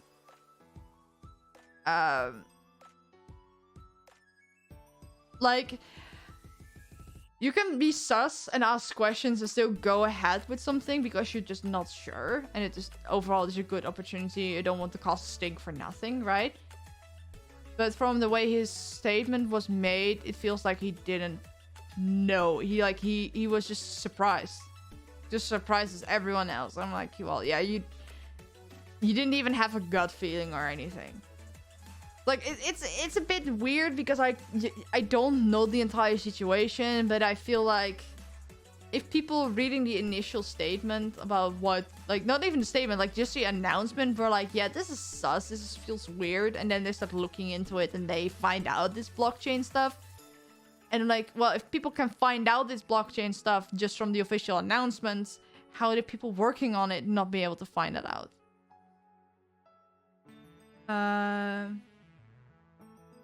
He was probably initially comfortable with joining because there was already other big creators jumping on board. Which I find stupid as fuck, by the way. Just because other people are jumping on. Like, it's like a saying, like, hey, if all your friends jump off a cliff, are you jumping off a cliff? I hope the fuck that the answer is no. Because even though all your friends are saying, like, yeah, it will be fine, we're just jumping off the cliff. Just join us. You should still, like, look at the cliff and realize this is probably not safe. Are you guys okay?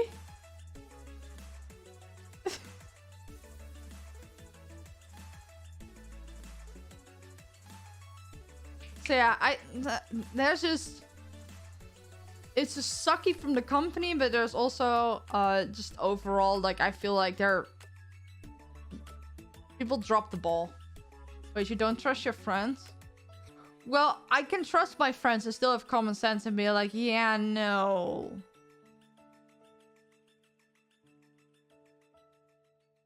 And I am really glad I have that common sense because it has saved me from some really weird situations before. Yeah. I don't know. That common sense once, that was nice. Yeah. The moment or overall? What the fuck?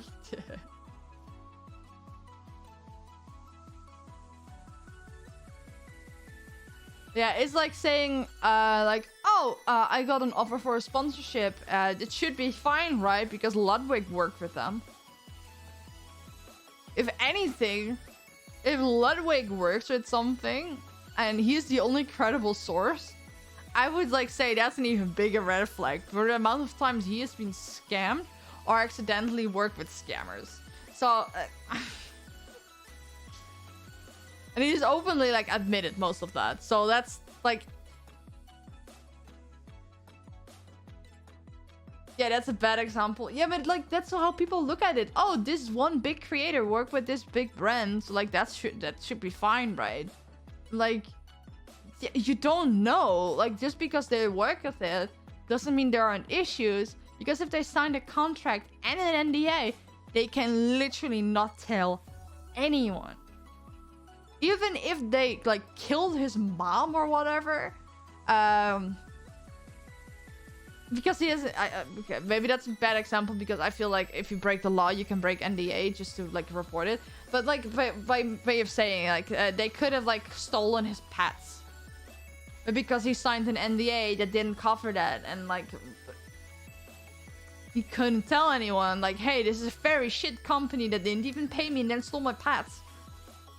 NDAs are NDAs. They're fucking airtight. Like, I don't know if NDAs ever expire, but yeah.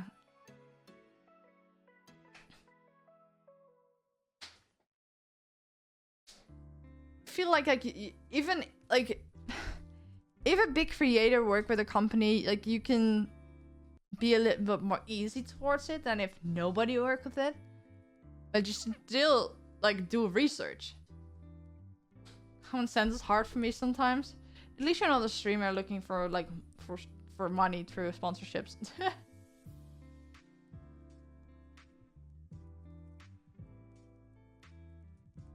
Yeah, there's like several moments in time that I could have had a sponsorship, but I was like, well, I don't trust you. Well, let's be honest, anyone can get scanned. Oh, 100%. So I always try to like do research and find out whether my friends know more. And like if I rather have my friends tell me like, oh yeah, I know someone that worked with them. It was a bit weird, but they got paid anyway. I'd rather have that than everyone being like, yeah, nah, I never heard of them. And I think that someone like Connor would be prime target for a scam if it was addressed properly. I know, you know, let's hope I don't meet the wrong people. Man, if I live closer, I protect you from the wrong people. So far, my gut feeling about people turned out to be right. Like, sometimes I can overthink things and just think that someone is like, okay, they give weird vibes. But sometimes I'm like, oh, it's actually like bad vibes. And then it turns out they like lied about things or told things that was like told to them in confidence to other people outside of like the circles. And I'm like, oh well, that's fucked up. It's not a JoJo suit.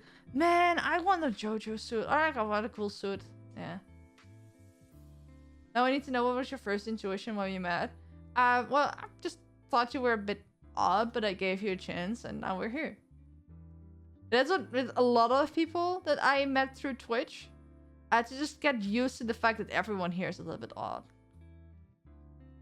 To be fair, like, my first impression of Lexi was that she was an absolute fucking bitch.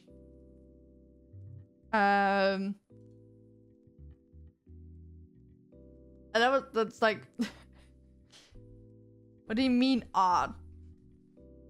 She's also kind. No, like, so the first time I like actively met Lexi and like actually had a like interaction with her was on Evan's stream, where Evan showed a TikTok, Waifu Wednesday, I think, about Chica from Love is War. I don't know if that's the anime name. I don't know. It's like a pink-haired girl and there's like a dancing meme of her. And I, in my innocence, because I wasn't really used to like Twitch chat just yet, so I sometimes said things that like were meant Kaguya-sama, yes. They were just meant to be like innocent, like genuine.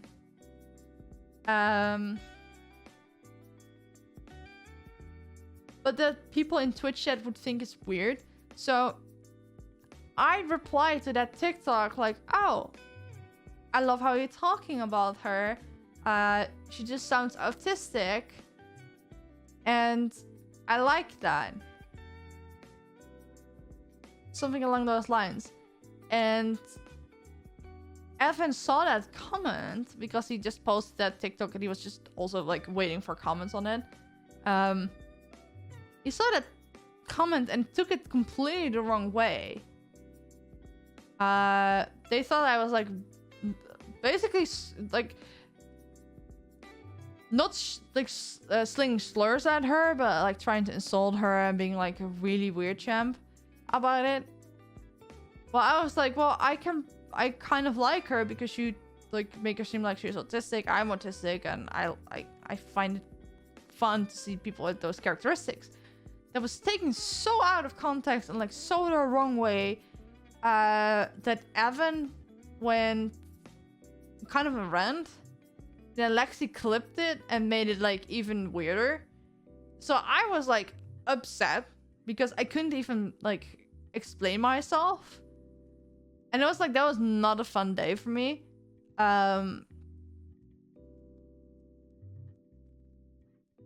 But when I started to explain things and things was cleared up, Lexi came to me and apologized, and then we started talking, and then realized, well, neither of us is like actually that bad, you know, and then we actually became friends. That was very interesting. But I was legit, I was feeling like shit. And I was very close to just never going to any Evan stream ever again. Because I just didn't feel right there. But once the misunderstanding got cleared up, everything became a lot more chill. But the rest is history, basically. I have to roast Lexi about that now. Oh yeah, you absolutely have to. Can I find back? So I know Evan still has the TikTok up. TikTok. There's Evan Nido. Is that count? Nope.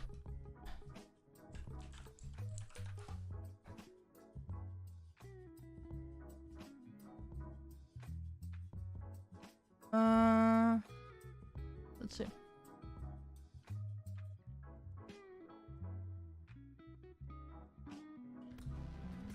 If you clicked on this video, you click for... Yes, I found it.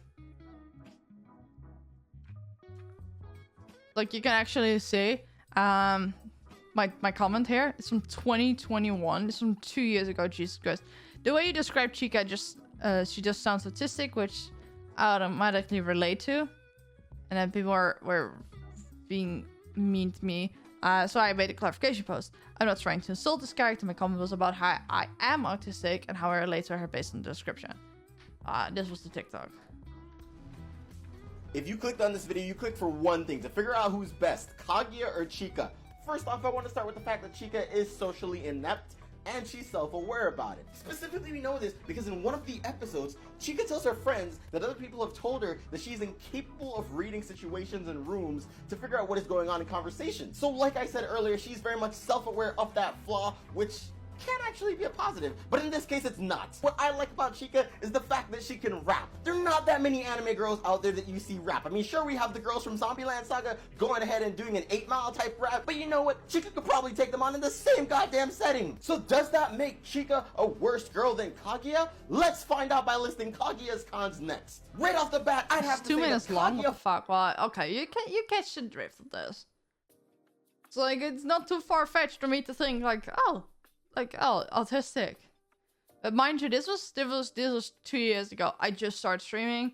So far, the only streams I've really watched are Sofit Womble and Asmongold and some odd streamers here and there. But I didn't really engage in chat because I didn't understand it. So I just watched. So I just had it in the background.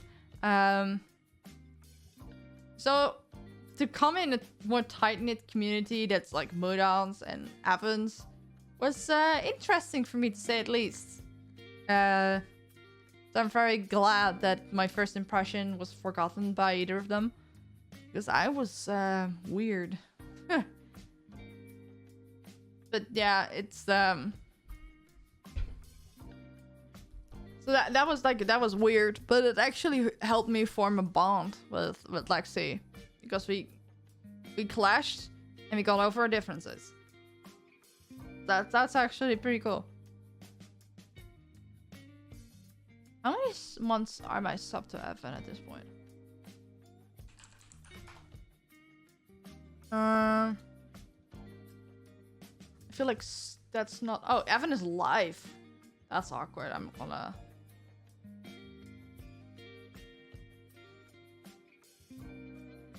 Yeah, no, I'm not gonna type follow age in chat now, but I can see how long I was subbed, maybe? 23 months. Yes, so I've been subbed for most of the time I've known him. Just at 25 months yesterday, send help. Ooh, I hit 25 months on Modown stream yesterday. How long do you have a Twitch account? Oh, can I see it? I cannot see my own. Interesting. How can I see? Because I know I can click on things.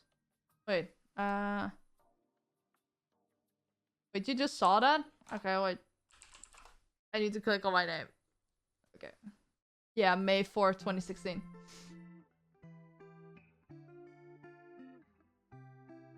Minus a few months before I became useless. Yeah, that that checks out in a way. But yeah. I've been lurking on Twitch since like 2016, mostly because my ex from back then, like my boyfriend back then, but he's now my ex, we started playing WoW together, and he introduced me to Asmongold. I think at that point, I don't know if we were still together, but I made a Twitch account at some point so I could watch Asmongold's live streams.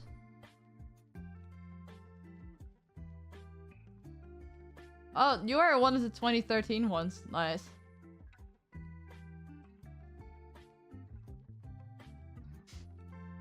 I know a bunch of people that have old accounts like that. I'm honestly surprised that somehow this is still my original account.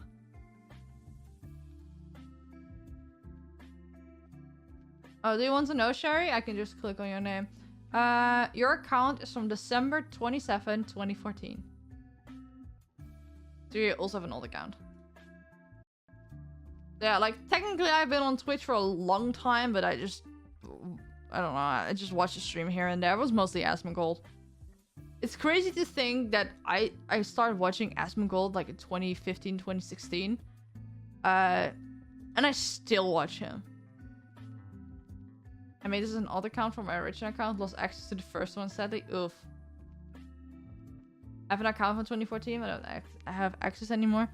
Like, there's a very high chance that I had made an account before. Because back then, I still had, like, another email address I also sometimes used. But this is, like, my main email address.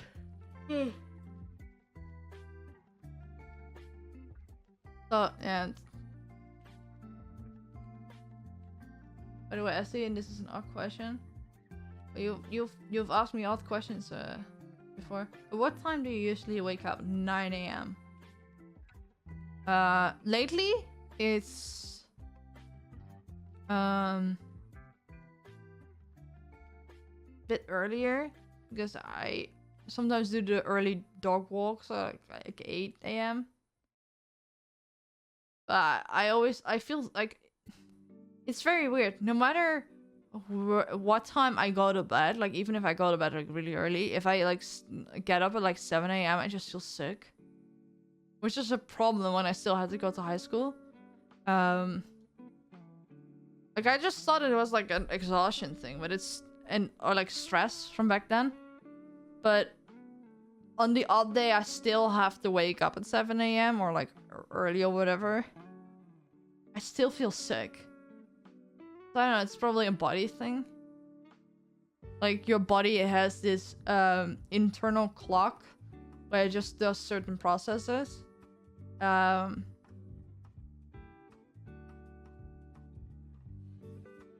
So I don't know, maybe there's something at 7 a.m. that I should like be asleep for. Like I had for a long time I also had problems with like eating in the morning. I still do to some degree, but it's better. But I went to school without eating for so many days because I just couldn't. I just felt so sick. I've heard the neurotypicals call those habits. No, I mean like internally, because I know like when you sleep, like your body cleanses like or does certain processes. Also because you're not eating, you're not moving. That's why if you're sleep deprived, your brain gets all funky because it doesn't get like a time to rest, but also time to cleanse. Like actual cleanse. Like there's a whole chart, like if you wake up every night at a certain time, there's like a certain part of your body that's fucked up. And it's actually pretty accurate. Though it depends on like when you go to sleep and what your circadian rhythm is.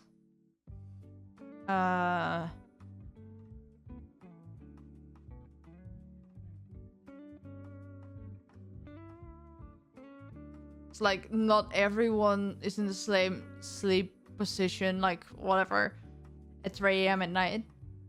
Like I'm usually only just asleep, while some people have been asleep for like 4 or 5 hours. Loki trying to gauge my streaming time? Oh, like that, yeah. I mean, because you're in the US, or like US time zones, anything that's your evening is my night. It's like, I think we differ like... I mean, time zone wise, fucking hell. It's like anything past 6 p.m. is like midnight for me. So if you want EU-friendly times, anything before that, basically. Because my wake-up time shouldn't really matter because you should be asleep. And not streaming.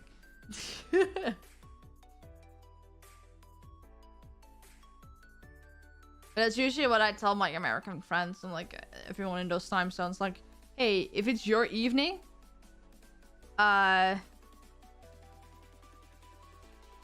only write Essie when the sun is up for you. What? That's...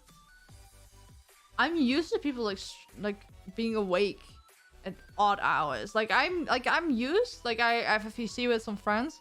When I wake up, that they're still all in there, and then I'll stay in there until like 1 or 2 p.m. my time before they head to bed. So it's like 6 a.m. in the morning for them or something. I was up so late last night that the EO gang on my server came in and started saying good morning, and I bolted off the bed. Was it Babu? I feel like she'd be one that would wake up at like insane hours.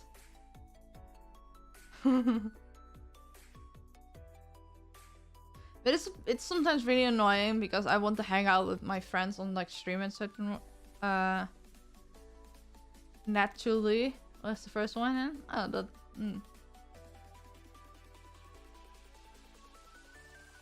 We stayed in Nathan's VC for so long. Sometimes Americans went to sleep. Jesus Christ, that's insane to me. Not gonna lie. Yeah, I've been invited to some stuff, and it's really hard for me to make it because even though I'm willing to stay up, everyone else in my house is asleep, so I cannot really like do a collab at 1 a.m. in the morning. Like if I stay up to watch something till 1 a.m., like everyone's fine, like they can deal with the lights being on, but I cannot really talk. It's like I've been like Mr. Underhill is that's what 2 a.m. GMT.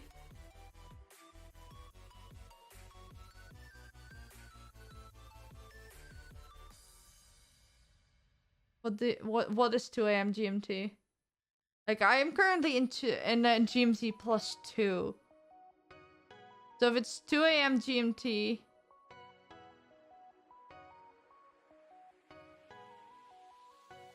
American nighttime is not at the same time as a European nighttime. Right? Are we in GMT plus 2? Yeah, we are in GMT plus 2 right now. I think it's later this month or something.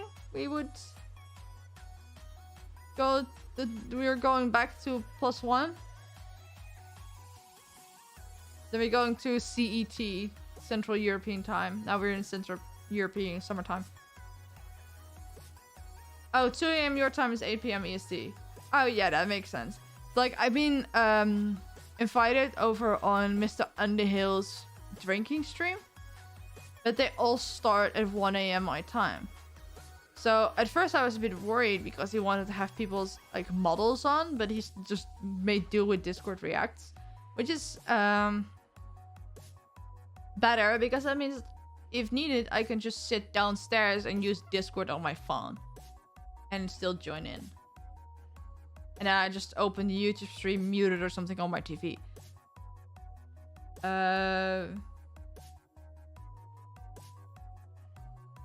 Yeah, so like 10 p.m. is like 4 a.m. for me. Yeah, so that anything in American evening is not really doable for me.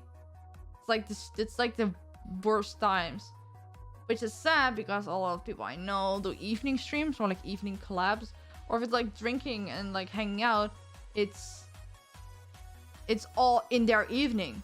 Even if it's like 6 or 7 p.m. for me, I cannot do a collab at midnight. That's just painful.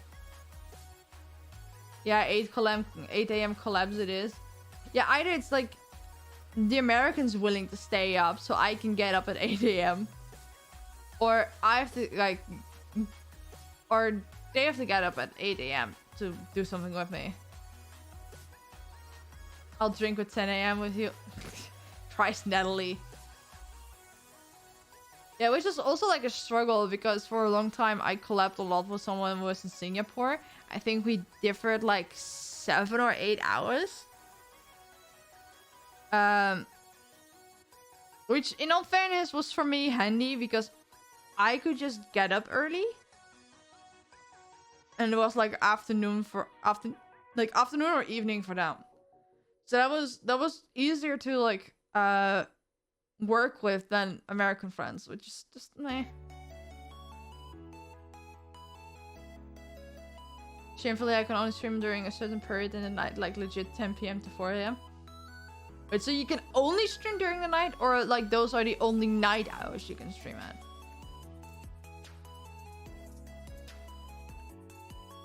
Yeah, if those are the only hours, there's a very slim chance I will actually be able to make your streams. Those are the only hours. Yeah, those are like legit, like the hours that I sleep. So I might be able to like catch you when I get up early, but it's like the latter half of the stream.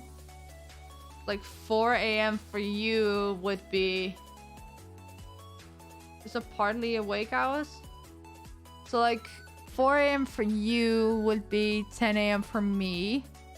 So if I get up at 8 a.m., I can see 2 hours of your stream. Yeah. It's like...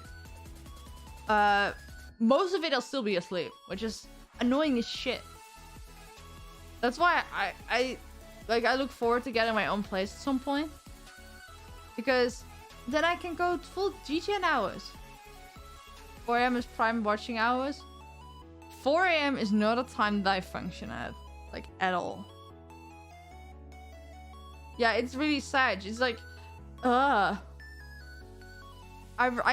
legit look forward to getting my own place so much, because then I could just stay up or get up early and can just adjust when I sleep to when I need it, versus what I need to do during the day and with certain people.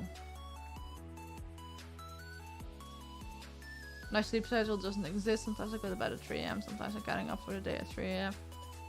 Yeah, I kind of want to, like, I know it's bad for me, but my sleep schedule doesn't really work as is. Because I get super active later in the night. I also see that I have to, like, get off soon because I promised my mom to go watch a show with her for bed. It's like 10:30 right now. But I get really active during later hours at night, especially after midnight. So I would love to, like, stream more at hours like this and until the night. But obviously people need to go to bed, and I don't want to be bothered to them. And, like, getting up in the morning doesn't always work for me. Because I'm just not a morning person, my brain just doesn't work. I work better later in the day. So I don't know. And I just want to, like, if I'm in a vibe with something, I don't want to, like, get off just because, like, oh, it's 11 p.m. People want to go to sleep and I'm supposed to go to bed as well. Like, that doesn't work for me. It's really annoying. But yeah, I think I need to wrap it up here. Before I forget, I would just want to throw it out. I want to get, like, some hashtags. Like, the hashtags a lot of VTubers have, like, one for art, life, memes, whatever. So if any of you are clever with them, just post them in the Discord, like, general. Like, I've been using @SEDesArt as an art tag. And I know everyone has, like, super clever art tags, and I kind of want something clever as well, like something more fun. Because I can in theory do, like, @SEDesArt, @SEDesLive, @SEDesMemes, everything like that, but I feel like that's boring. But I do want to get, like, some tags done. Also because I've noticed people doing live tweeting on streams that I'm doing, but because there's no hashtag, I always see it by chance.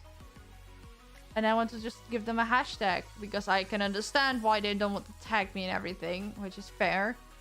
Which is also not the culture. I wouldn't mind, but it's just simply not the culture and probably not a good habit to keep as I keep growing. SELive, yeah, I've tried. SELive is not in use, so that's definitely possible. But I feel like if I keep SEDesArt, but I go for SELive, it's inconsistent. I don't know. I'm overthinking it probably. There's a reason I didn't go with SEArt. Because it wasn't used by someone, like, years ago. Like, it's like a 5-year-old thing, like 5.5 years or something. Oh, well, there's one from 2020. But, like, there are like 5-ish tweets in there. Like, if I was bigger and it would immediately get flooded, it was fine, right? Yeah, SEDesArt is already in use as well by some, like, there's already, like, some art in there. So it's probably better to keep that one. There's not much though. There's, like, it's 3 or 4 pieces just posted by me and then 1 actually by someone else.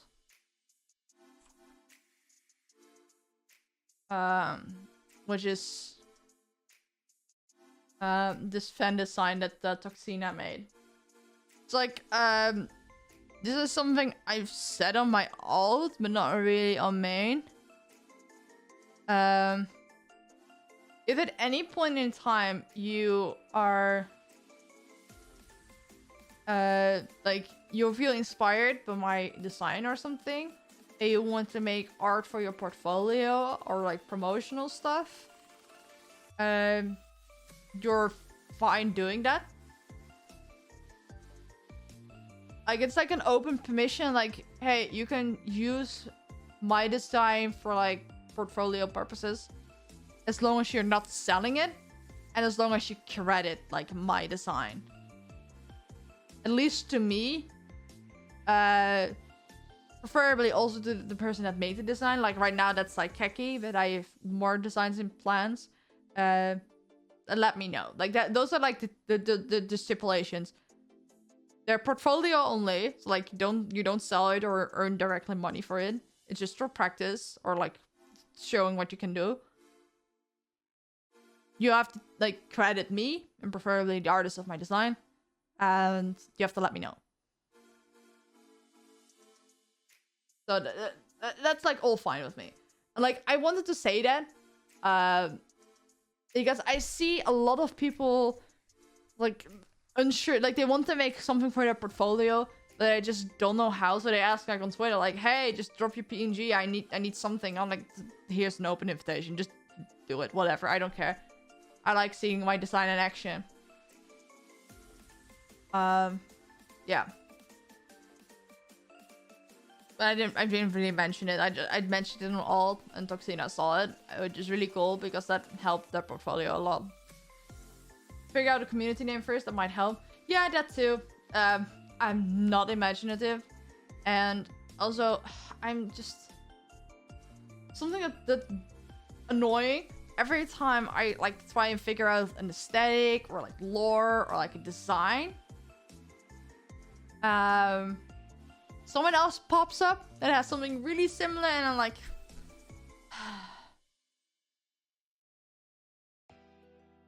can be your Hans. I was thinking something library related. Yeah, but that's I kind of maybe I don't want that anymore. Like obviously lore feels like the most logical thing, but I feel like there's something beyond like the normal like library/book thing that we can know. I feel like I can get more creative than that, right? Do you have your lore complete? No, I keep rewriting it. Because stupidly fucking enough, I've written something last year, like it's not actively written, like there's not an existing Google document or something, but like notes and like an existing idea.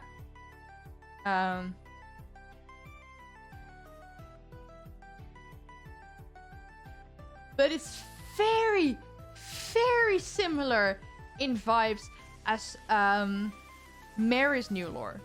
Like I had like an idea for like an evil version, or like let's say the OC that I'm working with, that became evil because the world was so cruel, and like along the lines of people not being treated right and like stories being forgotten.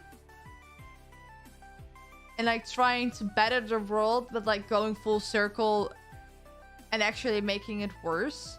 No, not because not really making it worse, but like going like you want to do good so badly that you actually become the villain. Which is almost exactly what Mary has right now. And I'm like, how the fuck do I keep doing that? But it was before I dove really deeply in his lore. So I could, like, for some things, I could have easily picked up some things that he wrote, or like tropes that he keeps doing. Because that's how inspiration works, right? But that's just like, we somehow came up with the same thing. If you went for a scribe idea, the name could be Quails. Yeah, but a really popular big VTuber, his fandom is called the Quildren. Because he's a writer. Like old school writer. From the past. Also, I saw something. Han might be a bad one. It's fallen out of use in recent years, and it might be translator. I also don't know what does Han even mean related to books. It's like Japanese or something? You either die a hero or you live long enough to see yourself become the villain. Yeah, like one Han is Japanese for book. Okay, that makes sense. Yeah, if it's like a slur or even close to it, yeah, it's not great. And especially to trans people, that's not great. Like one line I had that like that I kept reusing was villains aren't born, they're made. Like, it's similar vibe. I mean, my lore edged pretty close to Mary too. I'll be honest, I adjusted mine a little. Yeah, like, for what my lore currently is like, only things that I'm really working with, because everything is being rewritten all the time, is that my character is just like regular human, like regular obviously, but books and everything in them and stories like made them like believe that magic is real. And everyone always like, yeah, you're just delusional, what the fuck are you talking about? But then they kept going, and because they kept everything from the stories they read in their mind, and like, oh, this is how magic works, and this is how magic doesn't work, and these are the signs of magic. They actually started recognizing magic in real life, realizing that they had like they were sensitive to it, but like force sensitive. And then they found out there's like an entirely different realm touched to the actual world. But because they're a human with magic, they didn't really... We really do share a brain cell. Yeah, it's great, right? And like there was an entire theme of like, well, they're human, so they don't really fit in with the magical world. But because they're magical and like nobody in the regular world believes them, they also don't fit there, which would be like an analogy for how, for like several things, like I'm autistic, so I don't really fit in anyway. Also that I'm queer, so I don't fit in with either world because imposter syndrome and everything. So like that was a whole thing as well. Like much further than that, I didn't really come, because then the details started to become muddy. But that was like the gist of it, which, funnily enough, would fit in with Astroline lore. And I've been sitting on that concept for like a long time. Like that rough version of that. Like, oh, believing that magic is real because stories have... even like the weirdest fiction has a certain type of reality in it. Like it's based on something that actually exists. Maybe not in this world, maybe in another. And then Astroline goes like, hey, there's a normal world. And there's like a secondary world, like a parallel world that's called the Summerlands, where things like gods and the afterlife and everything, and like the ghosts and everything, they exist over there. And like that fits so perfectly, but I cannot go through with that in the same degree because that would just cause issues. Because people just think I either made it to be like, oh, you just want to be part of Astroline, or other bullshit. My lore idea predates Twitch. I'm not changing it. I don't care if it's similar to someone else.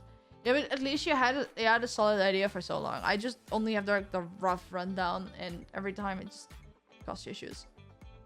But also it's funny. Let's see, Frederick. Does this work? The right account? No, it's not.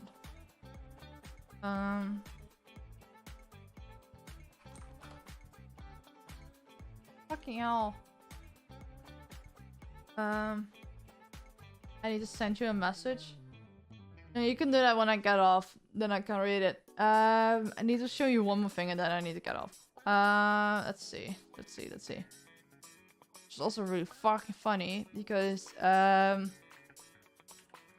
like I've already expressed that I wanted to change my design. Because there were several things that I was not completely like happy with that I wanted to go on for the long run. Also because I wanted to change it to add more color to it. The stupid thing is, like, so many of my friends are purple VTubers, and I want purple in my aesthetic, and it's not working out because every time I think of something, it's either really similar to someone else or it's too much. Fuck, this is not the right font. Where is it? Here we go. So, like, my problem currently is that we have this this fucking boy called Fredrik Knudsen. And if you look at like his general aesthetic, I actually need an even different font. He's live right now. It's great. So let's see. Does he show off his entire model at some point? Yeah. So too late in the game to worry about originality. Most aesthetics have already been grabbed. Yeah, okay, so like I understand that. However, if I can help it, that I at least don't look similar to people that I'm closely related to or consider friends, that would help. Especially with how I deal with like lore stuff, etc. I don't want to be related to certain things. Why is it not working? Hello, show off your body, you man.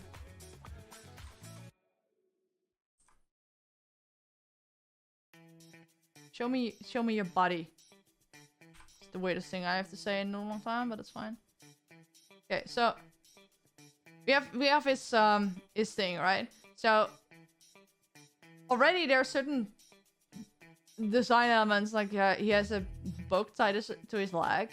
In an early version of my design, I had a book to my waist, and he has a belt over his chest with holding a few scrolls. I also have like a strap thing. But currently holds some files and a book. So I'm like, yeah, okay, so if I want to expand on that and like make a like a 2.0 version that's a lot more detailed, this is where I would have gone to. Like I wanted to like, it's stupid because I currently have like a design that's really simple, with a similar color aesthetic. But for the 2.0, I wanted to add like a white collared shirt, actual scrolls instead of just a book, and a cloak, which is fucking similar to what he has. And now the color of like his general aesthetic, which would also be like the colors and like the general aesthetic, because he also has like runes and like whatever, as you can tell, is like, let's just take Toxina's Fen overlay. It's very similar to what he has going on. Like he has an entire library aesthetic going on, and it's the same colors. And I don't know, if I want to put a lot of money into something like featuring, so like for overlays, actual model, etc., I want to feel like that's me, and not always have to have in the back of my head like, oh, but it's super similar to X, which I look up to, and also not worry about like, do people think I copied him? Because it will happen, and I don't want to deal with that. Like, if it's a completely random big VTuber, like, okay, they may be big, but I don't watch them. I'm not associated with them. I can get over that. But if it's someone that I actively want to watch, and I'm somewhat related to, it doesn't feel right, you know? The more you look at VTubers, the more you're going to have this feeling. Oh, yeah, that too, but I feel like there are certain choices I can make to at least feel better about it, you know? And I have some ideas. Yeah, it doesn't really help that he has like this is the color scheme that if I would commission someone for overlays, this is the color scheme it would be. It is like the same vibe it would be. I would want like things like runes and everything in there as well, and he has runes in here and like some other like designs. And let's see, he has a background here. Well, this is just related to himself, but like he used a scroll for his debut PowerPoint presentation. Like, the scroll has been the Oshi mark I've been using.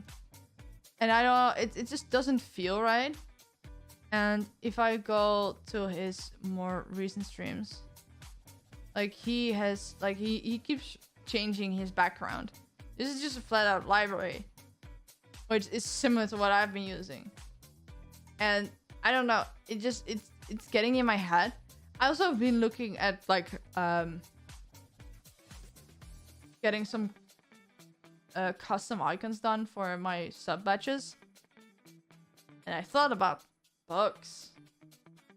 He has books. Raylis also has books. And he is also a lore related content creator.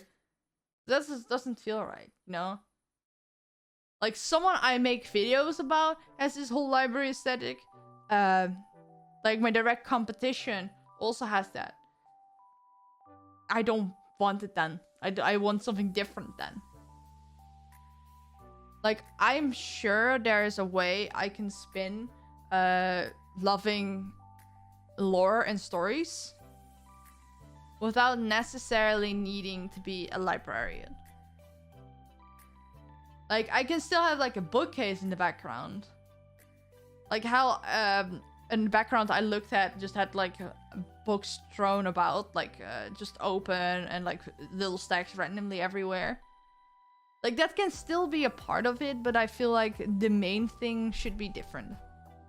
Like, I don't know. Also, I have to call someone out. I'm just randomly looking at this chat from a few days ago, and I see a certain Kitro cat in there. I don't know if you're watching Kitro, but I see you. I see you. But yeah. Like, especially because right now I don't have a set aesthetic. Like, I have some art, but it doesn't have anything like set in stone yet that is like known to the wider public, aside from the people that like come to my streams when I talk about it. So it's easy to change. And right now my reputation and connections is something that's important, especially for the long run. So I feel like it's a good thing that I can still change it in a different direction. Another ocean mark could be... He has a book with the bookmark, but like, I don't want it to be a book. Like, I specifically don't want it to be a book, which is why I went with the scroll. And it was also before Natalie took on a book in their ocean mark, so I have to like figure that out. I likely keep the scroll. Like, I like the scroll, but I just add something to it. Oopsie. No, okay, so that stems from I used to be a book blogger before I became a YouTuber / streamer. Well, technically I was, when I started YouTube, I was still a book blogger, but I burned out on books so much and disliked how books became my entire identity that I don't want it to be my identity again. I think you need to work on your lore and make it solid one so you can add to it but not change the basis of it. Oh yeah, I guess I still think the basis of the lore can still work if I change it, like if I solidify it properly. When you have your lore, you can brainstorm what you think will be.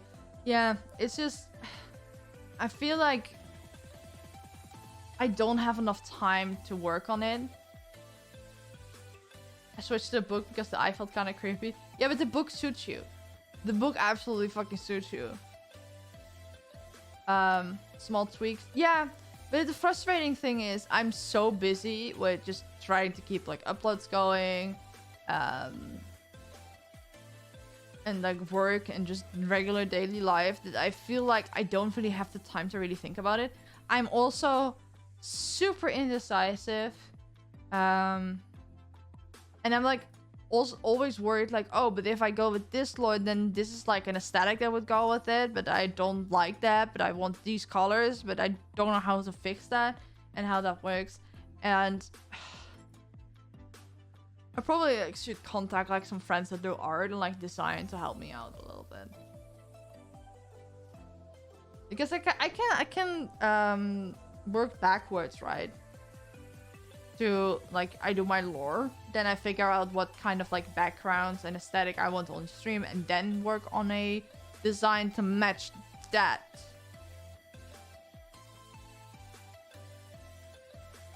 I don't know. It's just frustrating because I've been here on Twitch for like over 2 years, and frankly, this whole thing like, oh, I want to become a VTuber has been for like a year already.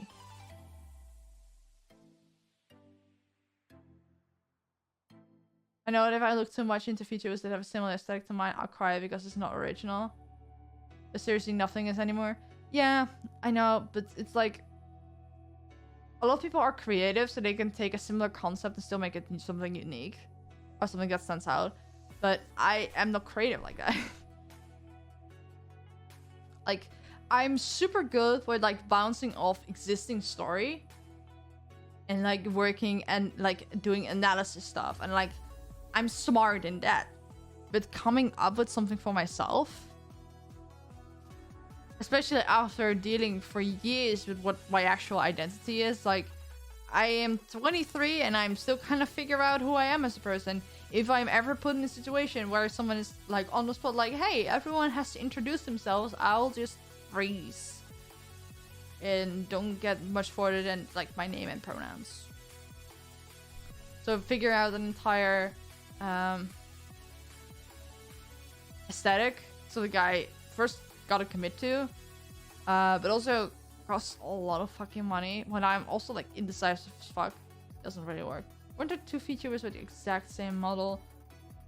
That's possible because there are also a lot of VTubers that just get a pay to use model, that multiple people can have the exact same model. Yeah. I should have gone off like much earlier, so I'm gonna go and I don't know. I think I'm just gonna end it here. Because I don't know if I want to bring this vibe to anyone right now. I hope to be live more often. Now I'm partner on YouTube, so I feel like there's a lot of stress. Miyune, I think, is someone else, yeah? Oh, yeah, but I think Miyune used like one of those free-to-use models. Now she got her own one. Yeah, now I'm partnered. I feel like I have less stress on that, and work has also become more manageable, so I hope to be live again soon. So yeah, if you have any ideas for like tags and stuff, just put them in the chat on Discord. Like any ideas, like whatever they're related to, just so I have something to brainstorm on. Because I feel like some tags shouldn't be too hard to use, and otherwise I'll just use like Ezzy Does Art and like Ezzy Live or like Ezzy Does Live. I don't know. Everything's the same. There's just an extra green icon behind some stuff. Oh yeah, it's like I'm like I just wanted to do well, and before I was super focused on the watch time, but now it's like, oh, how much money do I get per video, and it's just stressing me out because yeah, all factors.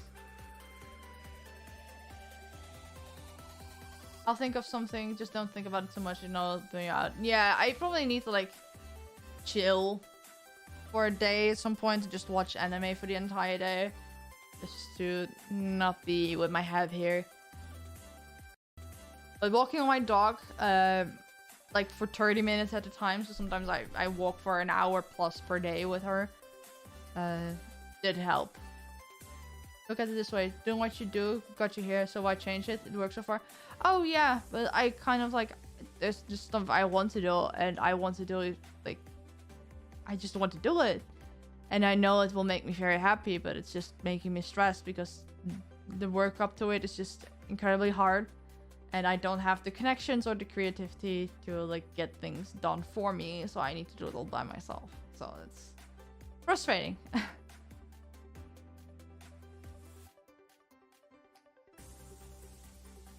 The loading is distracted. Yeah, okay. Yeah, I need to get off. Bye everyone. I'll keep you posted on the next stream. Have fun watching your show. Yeah, thank you. Bye.